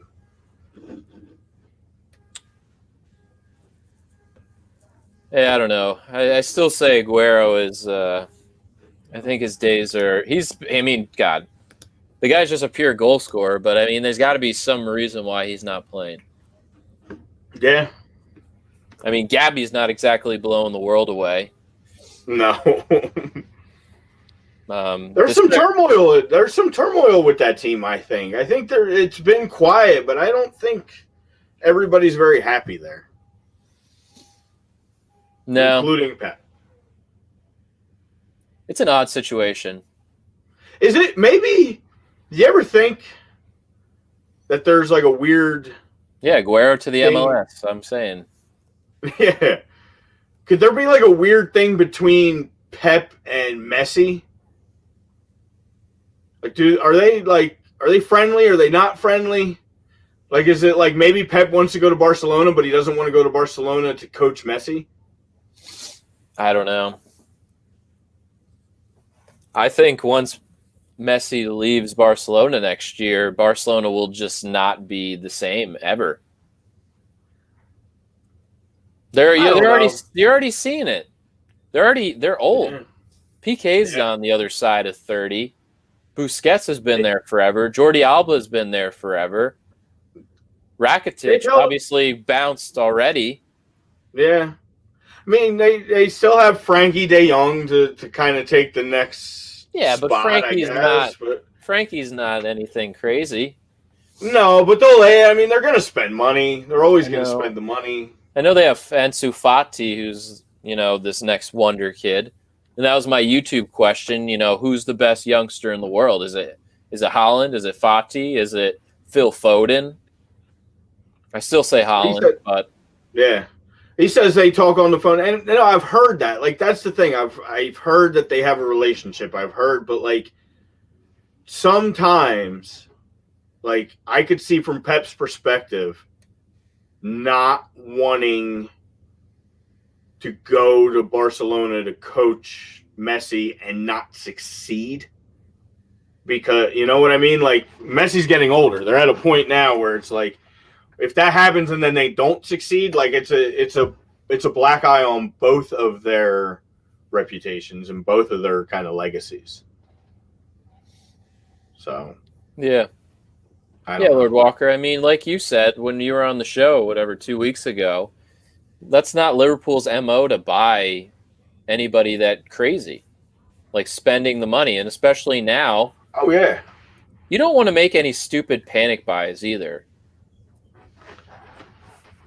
No, that's why I was staying with them. I think it's like a mid-priced veteran center back, somebody that's not going to cost you a ton of money, somebody that's it's going to be a short-term deal. It's just going to be an extra help, like a replacement to Lovren is kind of what I would be looking for if I was Liverpool at this point. Other than that, what else do you need? It would have been nice to have Lovren now. Oh yeah, I'm sure they would love to have him back at this point, but you don't know. Obviously, you weren't anticipating Van Dijk being out for basically the whole season, and Joe Gomez being hurt, and Matip being hurt. Yeah. I mean, the list goes on and on. There's a lot of Lovren type center backs out there that they could find, I'm sure. Yeah. But again, City, I mean, this Ferran Torres seems like he's going to be decent in probably due time. Doesn't seem like a bad buy, but again, it's hard to replace a scorer like Aguero because the guy just, when you needed a big goal, he got it for City. He was always there, and when I know as an Arsenal fan, I know his head always found the ball, literally. I mean, you could go back to that. What was that? The clinching championship goal. I could just always picture and hear that announcer, Aguero, and him just wheeling away in the corner. Oh yeah, the good years of him. But yeah, now it's tough, man. He's what, 33 now? He always like to kind of replicate a little Maradona action too. He always likes his hand there when he's heading the ball. Like, just as that little extra force. I mean, he's a little dude. He's only what, like 5'7"? 5'7"? I know. He plays bigger. You know what I mean? Like, he's one of those guys that plays big. He's not that big of a guy, but he plays big. He's like Chicharito, the smaller man, but damn it, that boy is good in the air for some reason. Yeah. I don't know, man. It's tough. Times are changing. You're seeing some of these guys that we've been, used to seeing score goals are starting to get faded out. Yeah. What happens? Your window's not that big sometimes. Sometimes it's bigger than others. But I mean, and the rest of the league picks up on you. There's little tricks and things you get away with for a while, but after a while, these guys, they start to know that. You said China or Turkey for one last big payday. Yeah, you could see that too. Everybody, that's always a big move. I could see Aguero going to China. Yeah, he seems like a dude that would go to China and Take the money, baby. You know, yeah, hang out for a year or so. I still say and the fact that I just brought up that statistic almost backs my argument that, there's 40 Argentinian players in the MLS, and I'm sure Aguero to Inter Miami just has that nice ring to it. Especially if Higuain's still there. He's like, bro, Miami's fucking sick. The girls are, I know Aguero's married with kids, but still. It's like, bro, you got the beach. It's beautiful, beautiful women, great food. Like, I don't know. Yeah. It could be an alluring spot. Or he does the China Turkey move and waits for Higuain to go out and then takes his spot. So I keep hearing about Sergio Ramos to Liverpool. Why would they do that? For one, man. Why? I would so love that for you, Lord Walker. Wouldn't you just enjoy the red cards? It would be like not even having anybody because he misses half of his games. He's not in the Prem too. He's not really a Klopp guy to me. You think he gets red cards now? You bring him into the Prem, and these guys know what they know about Sergio Ramos. Oh my God! Trying to track down play once a month. Jamie Vardy pisses him off one time. He just goes in, studs up on him. Oh yeah, yeah. He'd be out more than he would get a chance to play just off suspensions. Sergio Ramos and Sonny. You imagine those two, both wires crossing at the same time? I mean, hey. Oh, man. Let's do it. That's a bad mix. Do it. Bring it. Bring it. I wasn't even going to.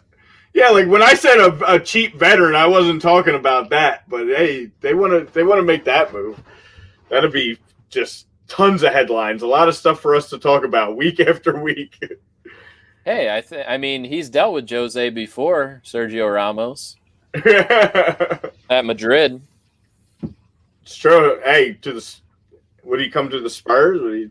Could they lure him to the... I don't know why Ramos would do that. I think he smells MLS too.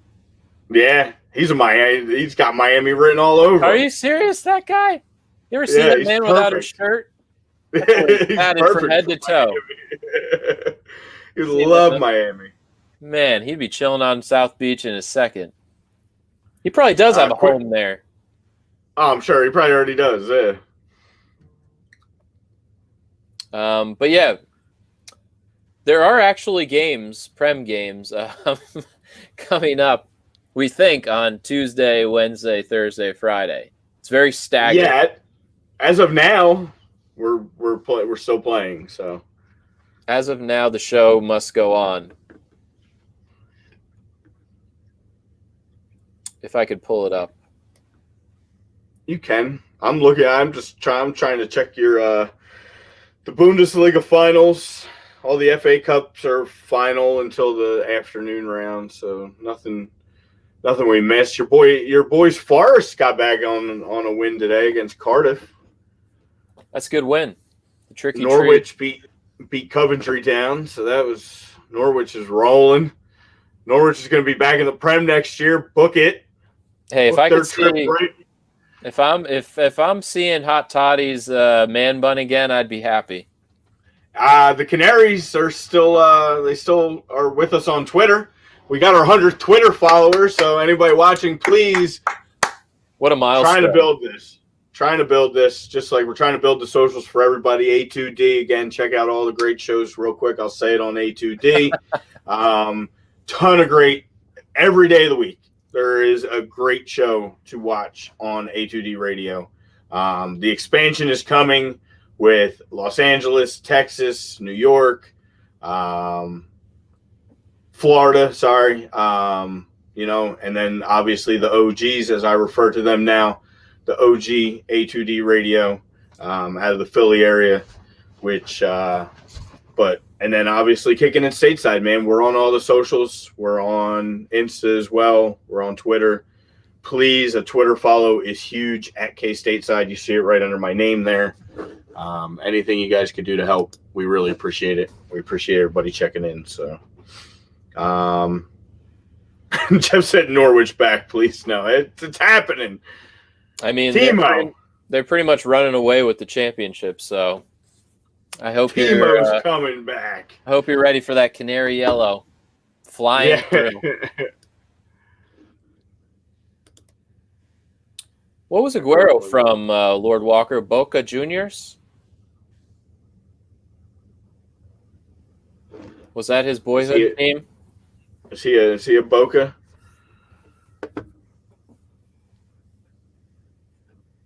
Because I know he came up. He was at Atletico Madrid, right? Early in his career.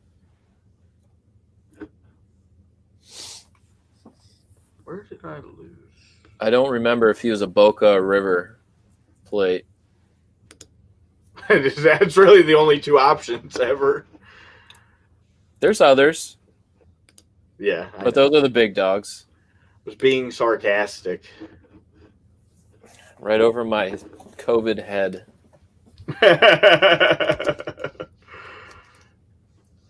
But yes. I'm just glad you're back. I'm back. Again, anybody who missed Adam did last week's show, just fighting COVID. So I had COVID. I'm sorry.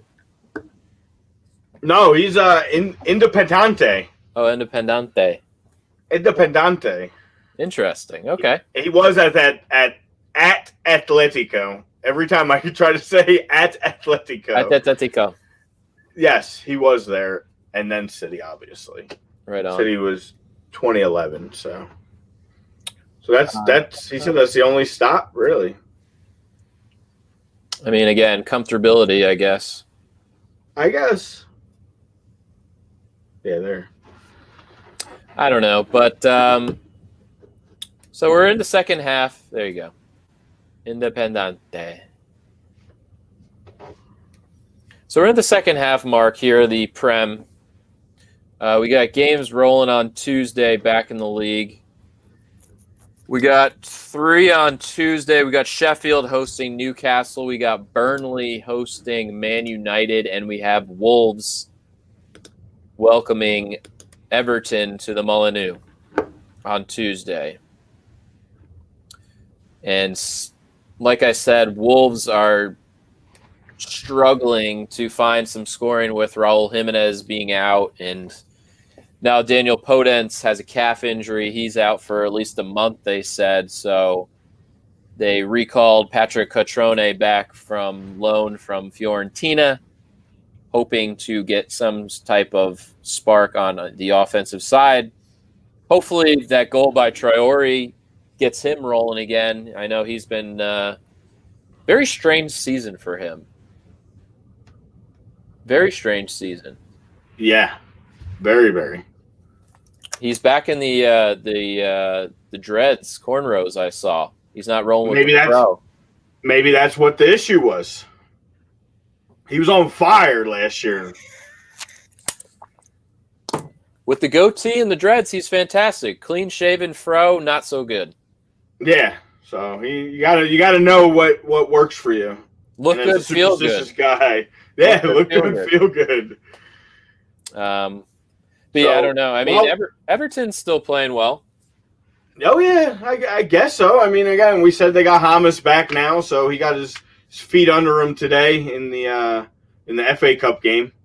So that could pay some dividends for them. They were definitely missing him.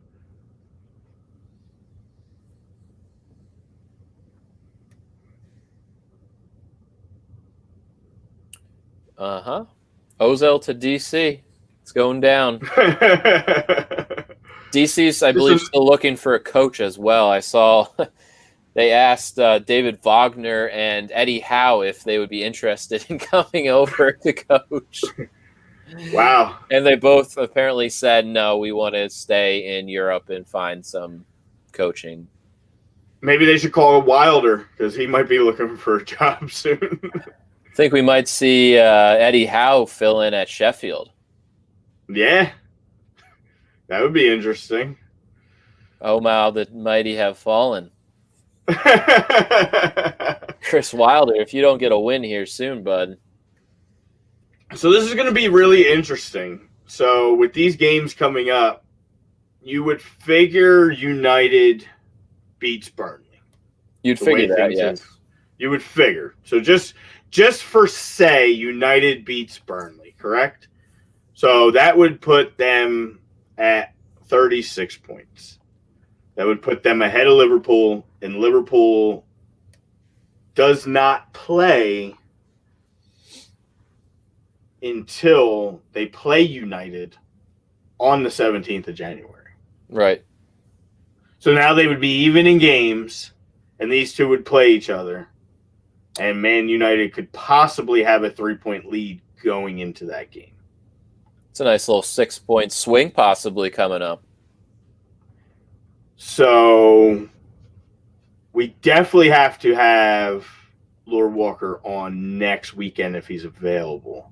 I'm throwing it out to you now because that's the first place game, and it's going on. And that's 11:30 on a Sunday, so we wouldn't be interfering with your game time. Might be interesting to have you back on for that one, for that week. But we'll see. We'll see if United handles their business, I guess, on Tuesday against a really bad Burnley squad. Hey, Burnley's been playing a little better as of late.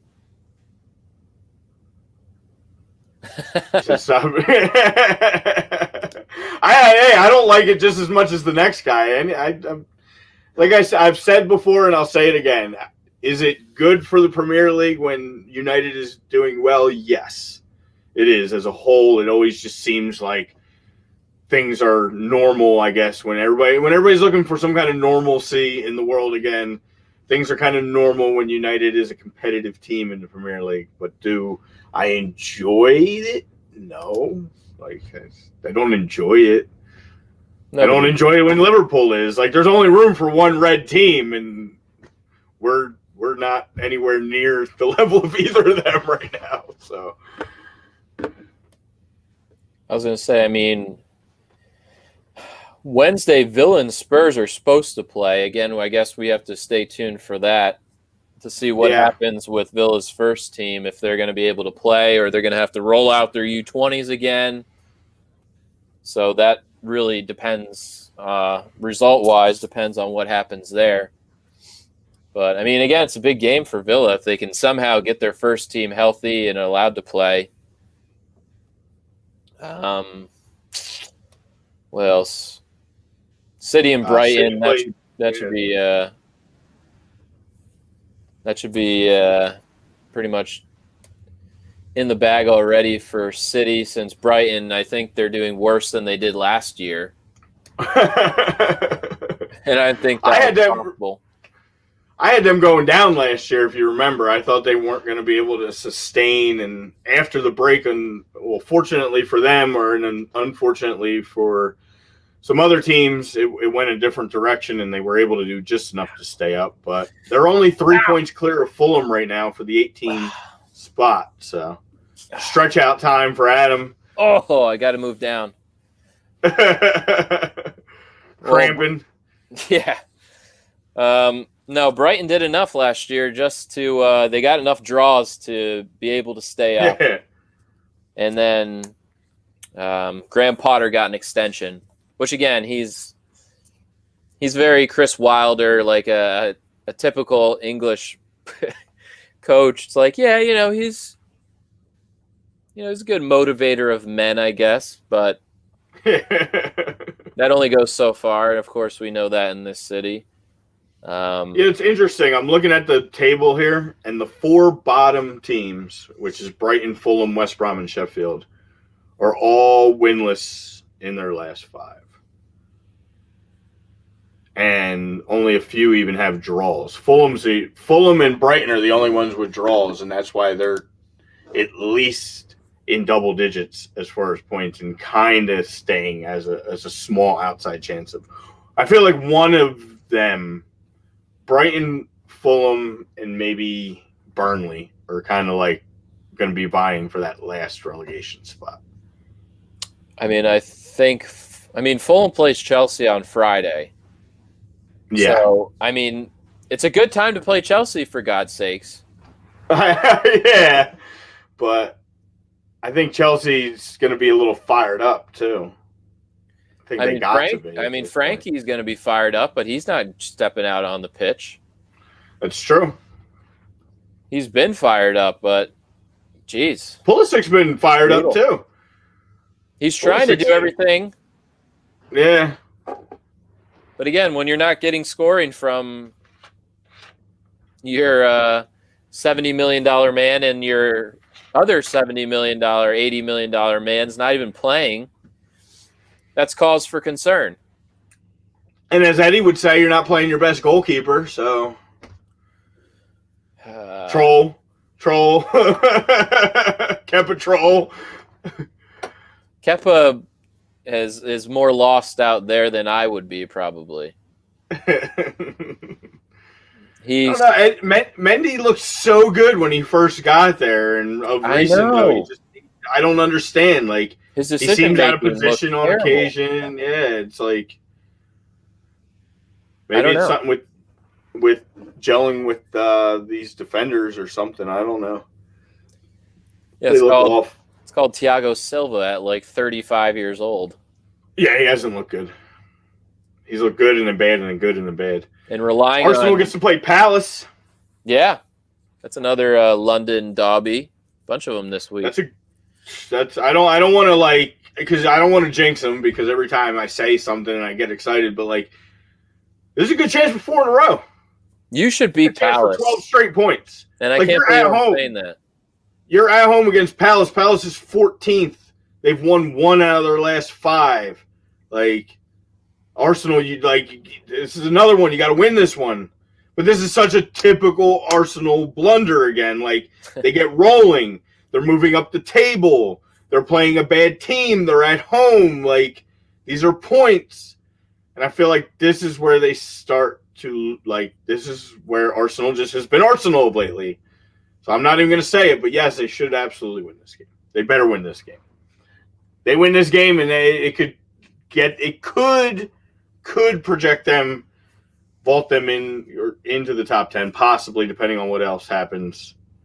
Actually, that would get them there temporarily. The schedule's so weird because some teams are playing between now and Monday, next Monday. So between now and the 18th, some teams play 1 game, some teams play 2 games. Yeah, it's a very jam-packed, odd. I don't know if these are makeup games or what. I think some are, and yeah, some they're trying to get all these teams caught back up. The Chelsea Fulham game probably starts a new week because Tuesday, Wednesday, Thursday. Maybe Tuesday, Wednesday games are the makeup games. No, because Arsenal plays again on Monday. Oh. They play Newcastle again on Monday. They play Newcastle today in the FA Cup, then they get them again on the 18th. That ends that week. So I think you're right. You go to Friday, maybe. Because I don't think Chelsea. I don't think had a game postponed from Fulham. I mean, Fulham hasn't played in 2 weeks? Yeah, like it's so screwed up right now. With COVID. And Fulham and Chelsea don't play in that following. So I think maybe, I don't know, because Arsenal doesn't have any makeup games. They haven't missed a game yet. They have 17 games. And they're playing twice in that span. Some teams are playing once in that span. It's all screwed up right now. It is. I don't know. Like I said, that's what they need to do. Maybe they need to stop it for 2 weeks. They need to take They need to take all the teams that haven't played as many games as the others, throw them in a little bubble, play their home and aways, get everybody caught up, and then that'll give you weeks off late in the season to get rest too. Be perfect. FA, UEFA, I'm here. You can hire me, and we'll make it work. We'll get everybody back on track. We'll get everybody healthy. I think the Prime Minister Boris Johnson doesn't know what a bubble is. He should. He got the COVID. Yeah, he poo-pooed it as well. There's a trend with got it. Yeah. There's a trend there with higher ups in some countries. Yeah. Lord Walker saying that Patrick Vieira was talking some slander on Man United. I mean, he's not wrong.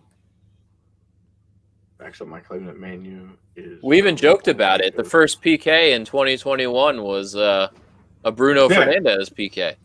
Of course it was. Why wouldn't it be? They are just gifted PK after PK after PK. It's disgusting. There's a team like that in my Sunday league. It disgusts me. And you know what the funny thing is? They're the Devils. Just like the Red Devils or the Jersey Devils. And apparently they have the same treatment. So they grease the pockets of don't sell out to the devil for PKs. That's well, Bruno is good, but besides the PK thing, it makes the argument a little valid, I suppose. Yeah, no, he's a good player. He's a good player, but I think the stat line is maybe padded because of the PK thing. Yeah, Bardes is too. I was gonna say Jamie's the PK king. Yeah, Jamie's goals are always padded because of that, but they're always, as of now, they're still included in Golden Boot races. So I'll keep petitioning that they're kept out into a separate category and they are not in any type of Golden Boot race, but I've yet to win that argument. So I know. I try. I try to force it. I don't think it's right that counts in a total goal scoring thing. I think they should always be in a separate category. Yes, it's not an easy thing. Everybody thinks it's very easy to just go up there and put a PK away. It's not. It's harder for the goalie, but it's not easy for the scorer as well. But yeah, those are free added opportunities that weren't in the run of play, and I always think Golden Boot should be goals scored in the run of play personally. But it's a little bit of a gray area, I suppose, like all things in yeah, we've talked about it numerous times. So I don't know. In any league, and even in tournaments, like I don't know, it's different. I guess if it goes in the net, it should count, but I can see both sides being like, well, I don't know. The only argument it is hard for a penalty taker because you're playing mind games with the keeper, like, all right, which way he's going to go? I don't know, left or right. It's game of chance, baby, and I guess some people are more lucky than others. Well, where was it? Hold on. Is it not up? Damn, can I not get it? Damn stats. I wanted to see the exact number. That how many goals he's had from the spot? No, I don't even need to know. All I know is that was my argument last year. Was Jamie Vardy won? I got it up now. He got Golden Boot last year with 23 goals. Yeah. I'm pretty sure, if I'm not mistaken, at least 6 came from the spot. At least 6. I'm going to just say minimum 6 came from the spot. Danny Ings had 22 goals. 21 of them came in the run of play. He had 1 PK for those 22 goals. I think that's more impressive to me, scoring 22 on 1 PK than what Vardy did. And it is. Yeah. I don't know. And it's a good stat, too. I didn't know that. Yeah. I don't know. It's always going to be that age-old thing. Like, is it more impressive to even draw a penalty, or you're just in getting the favor of the referee at the time? I don't know. Well, then in some of ththese guys' cases, they're not even the guys who draw them; they're just the guys that take them. And well, Bruno doesn't really draw that many penalties; he just takes them. No, and right. That's what I'm saying. So him, like you said, the stats are a little clouded. With Vardy, I honestly, again, is he playing great? He's gotten better with age, like we say. Absolutely phenomenal player. But some of the goal scoring numbers are a little clouded because he gets all the PKs. I think more in recent years. The pitch, yeah. Yeah, if he's on the pitch, he gets to take it 90% of the time. That title-winning season, he was outstanding. Like, he was a madman from the run of play. Yeah. When it was him and Mahrez working it, and Conte, for God's sakes. I'm sorry, I'm not taking anything away from his game. I'm just saying when it comes to a Golden Boot, I don't think he deserved last year's Golden Boot because of what Danny Ings did in the run of play. That's all. It's a fair argument, though, and I mean, you're not going to get any strep from me. I just don't like Man United being good. I respect Bruno. I think he's a fantastic player, but nobody wants either Manchester team to be good unless you like those teams. Which in America, United is half the bandwagon people because that was the team that was good in the early day, like the Sir Alex days. People, there's only one game on. Basically, you had to get Fox Sports. And you knew David Beckham because he was a dreamboat. He was dating a Spice Girl. Spice Girls were big back then, so everybody jumped on that. Everybody jumped on that bandwagon. The availability on the TV. It's like, oh, Man United, they're so good. They got this young guy, and the Ronaldo back when he was a young kid, and Rooney. I don't know. They got the Yankee love. They got the multiple champions. I love Man United. I love the Cowboys. I love the Bulls. And I love the Yankees. I love those guys. I grew up in the 90s. That is a peak 90s guy right there. You want 90s front runner right there.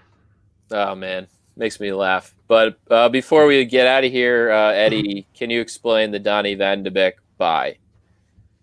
I can't explain it. I think it was sort of a panic buy. Speaking of panic buys, they're like, oh, is our midfield good enough? It's kind of old with Matic and Mata. A little like they weren't sure about McTominay coming in, and then you want another goal scorer. Maybe you weren't totally sold with Lingard, especially sucking ass.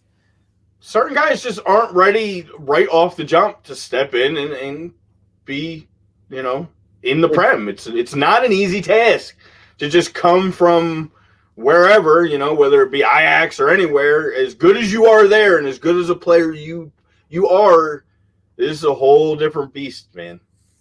It'd be different if he actually played and didn't do well, kind of like Kai, but he doesn't even really play.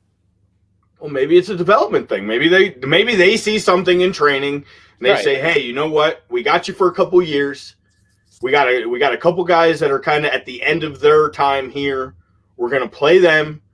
You need to gain some experience. You need to gain, unfortunately, you're not gaining game experience, but you're gaining experience just being around the team and training with the guys.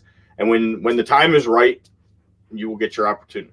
Right. I mean, sometimes people, these deals are for 4 to 5 years. Sometimes there is a little bit of a panic. Even with Havertz, there's a little bit of a panic going right now.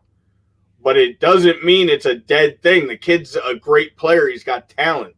Just maybe he's not quite up to, the Prem speed yet. The Prem, he needs to train. He needs to be around guys like Conte. He needs to be around guys, like Kovacic, like veterans that have been around there for a while and just maybe learn a little bit. And then his time will come. You guys, sometimes you just got to be a little patient. It's hard.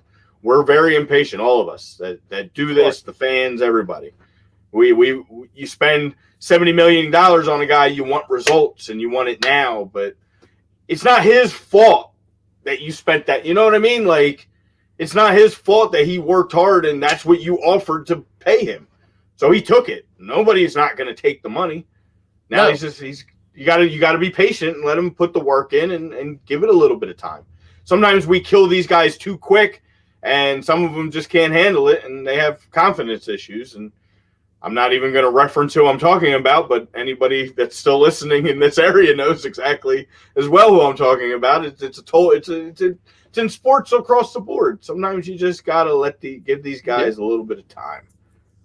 Yeah, I mean, I agree with the time thing, and again, it's like, but he's not even getting a chance. I think that's the biggest part.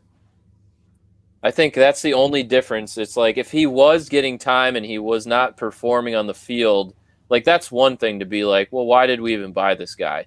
But to buy him, especially it was like wasn't it like the last couple days of like the transfer window? Yeah. Like why make that deal then? Why just not wait until January? Maybe if you weren't like super sold on him and thinking maybe he needed some more time to develop, then why just let him have another season or half season at Ajax where he's getting the playing time and he is developing, because Ajax is known for developing their players. I mean, we've seen it, for the last how many ever years. But the fact that he's not, it could be the COVID uncertainty. It just, I don't know. Yeah, I mean, that's the only thing I could see. Like a lot of teams in all sports, and you've seen it, have some uncertainty with COVID right now, and they probably panicked, like you said, a kind of a panic buy in a sense, like, hey, we really need some depth at midfield, and we're Man United. We can't just go out and get, Joe Blow off the street. Like, we got to get somebody. So they went out and they got who they thought was going to be. And, it could pay off. He might still get an opportunity. He should get an opportunity. It's very strange that he's not getting much chance to play. Maybe Europa. Maybe that's what they figure now. Ole will get him out there in these Europa games, and that'll be his opportunity. And good old Patrick right at the last minute. It wouldn't be a show without Patrick, and horrible, horrible comment. He's got to have his thing on mute or something, because we went through this. No, it's just I see his little star in his picture. He's just trolling. Whatever. It's fine. Hey, you don't have to troll my show. It's fine. I could care less. You lost to the Giants. I could care less. We could go on a huge rant about that shit, but it's not my place or show. Yeah, that's okay. I don't really care. Yeah. I mean, if you want to take your Cowboy slander, you could talk it up with Tommy. I'm sure he'll have a nice response for you. Yeah, you can message me. And you're just as... We love you too. Don't worry. We love trolling. Brian's the king of trolls. Trust me. I am. I'm working with the Troll King. The Troll King and Queen both work for A2D now, so... You got Tori, the Troll Queen, and Miss Negative, and then you are like the Troll King. I'm not very negative, though. You aren't negative, no. I'm not a negative person. I've just noticed Tori's been very negative. Oh, she's extremely negative. Negadelphia, but hey, I digress. I said that's because she falls in love with fragile losers. It's her own problem. Oh, God. Well, before this gets what a way to end the show, yes. On a crazy rant that I don't feel like talking about because I'll be exhausted. But let's go, Arsenal. Beat Newcastle today, please. Keep it going. FA Cup games today. We got a good one in the Bundesliga. We got Dortmund and Leipzig going on currently. Yep, just starting here. So about to jump on that one. So, again, enjoy your Saturday and your weekend. A lot of American football this weekend. A lot of good shit. So I'm sure you'll be busy. Get outside. Beautiful weather. And again, thanks for joining. We'll see you guys again same time next weekend, 10:30, right here. A2D Radio, Adam Modick, Brian Wheeler, signing off. Love you guys. Later.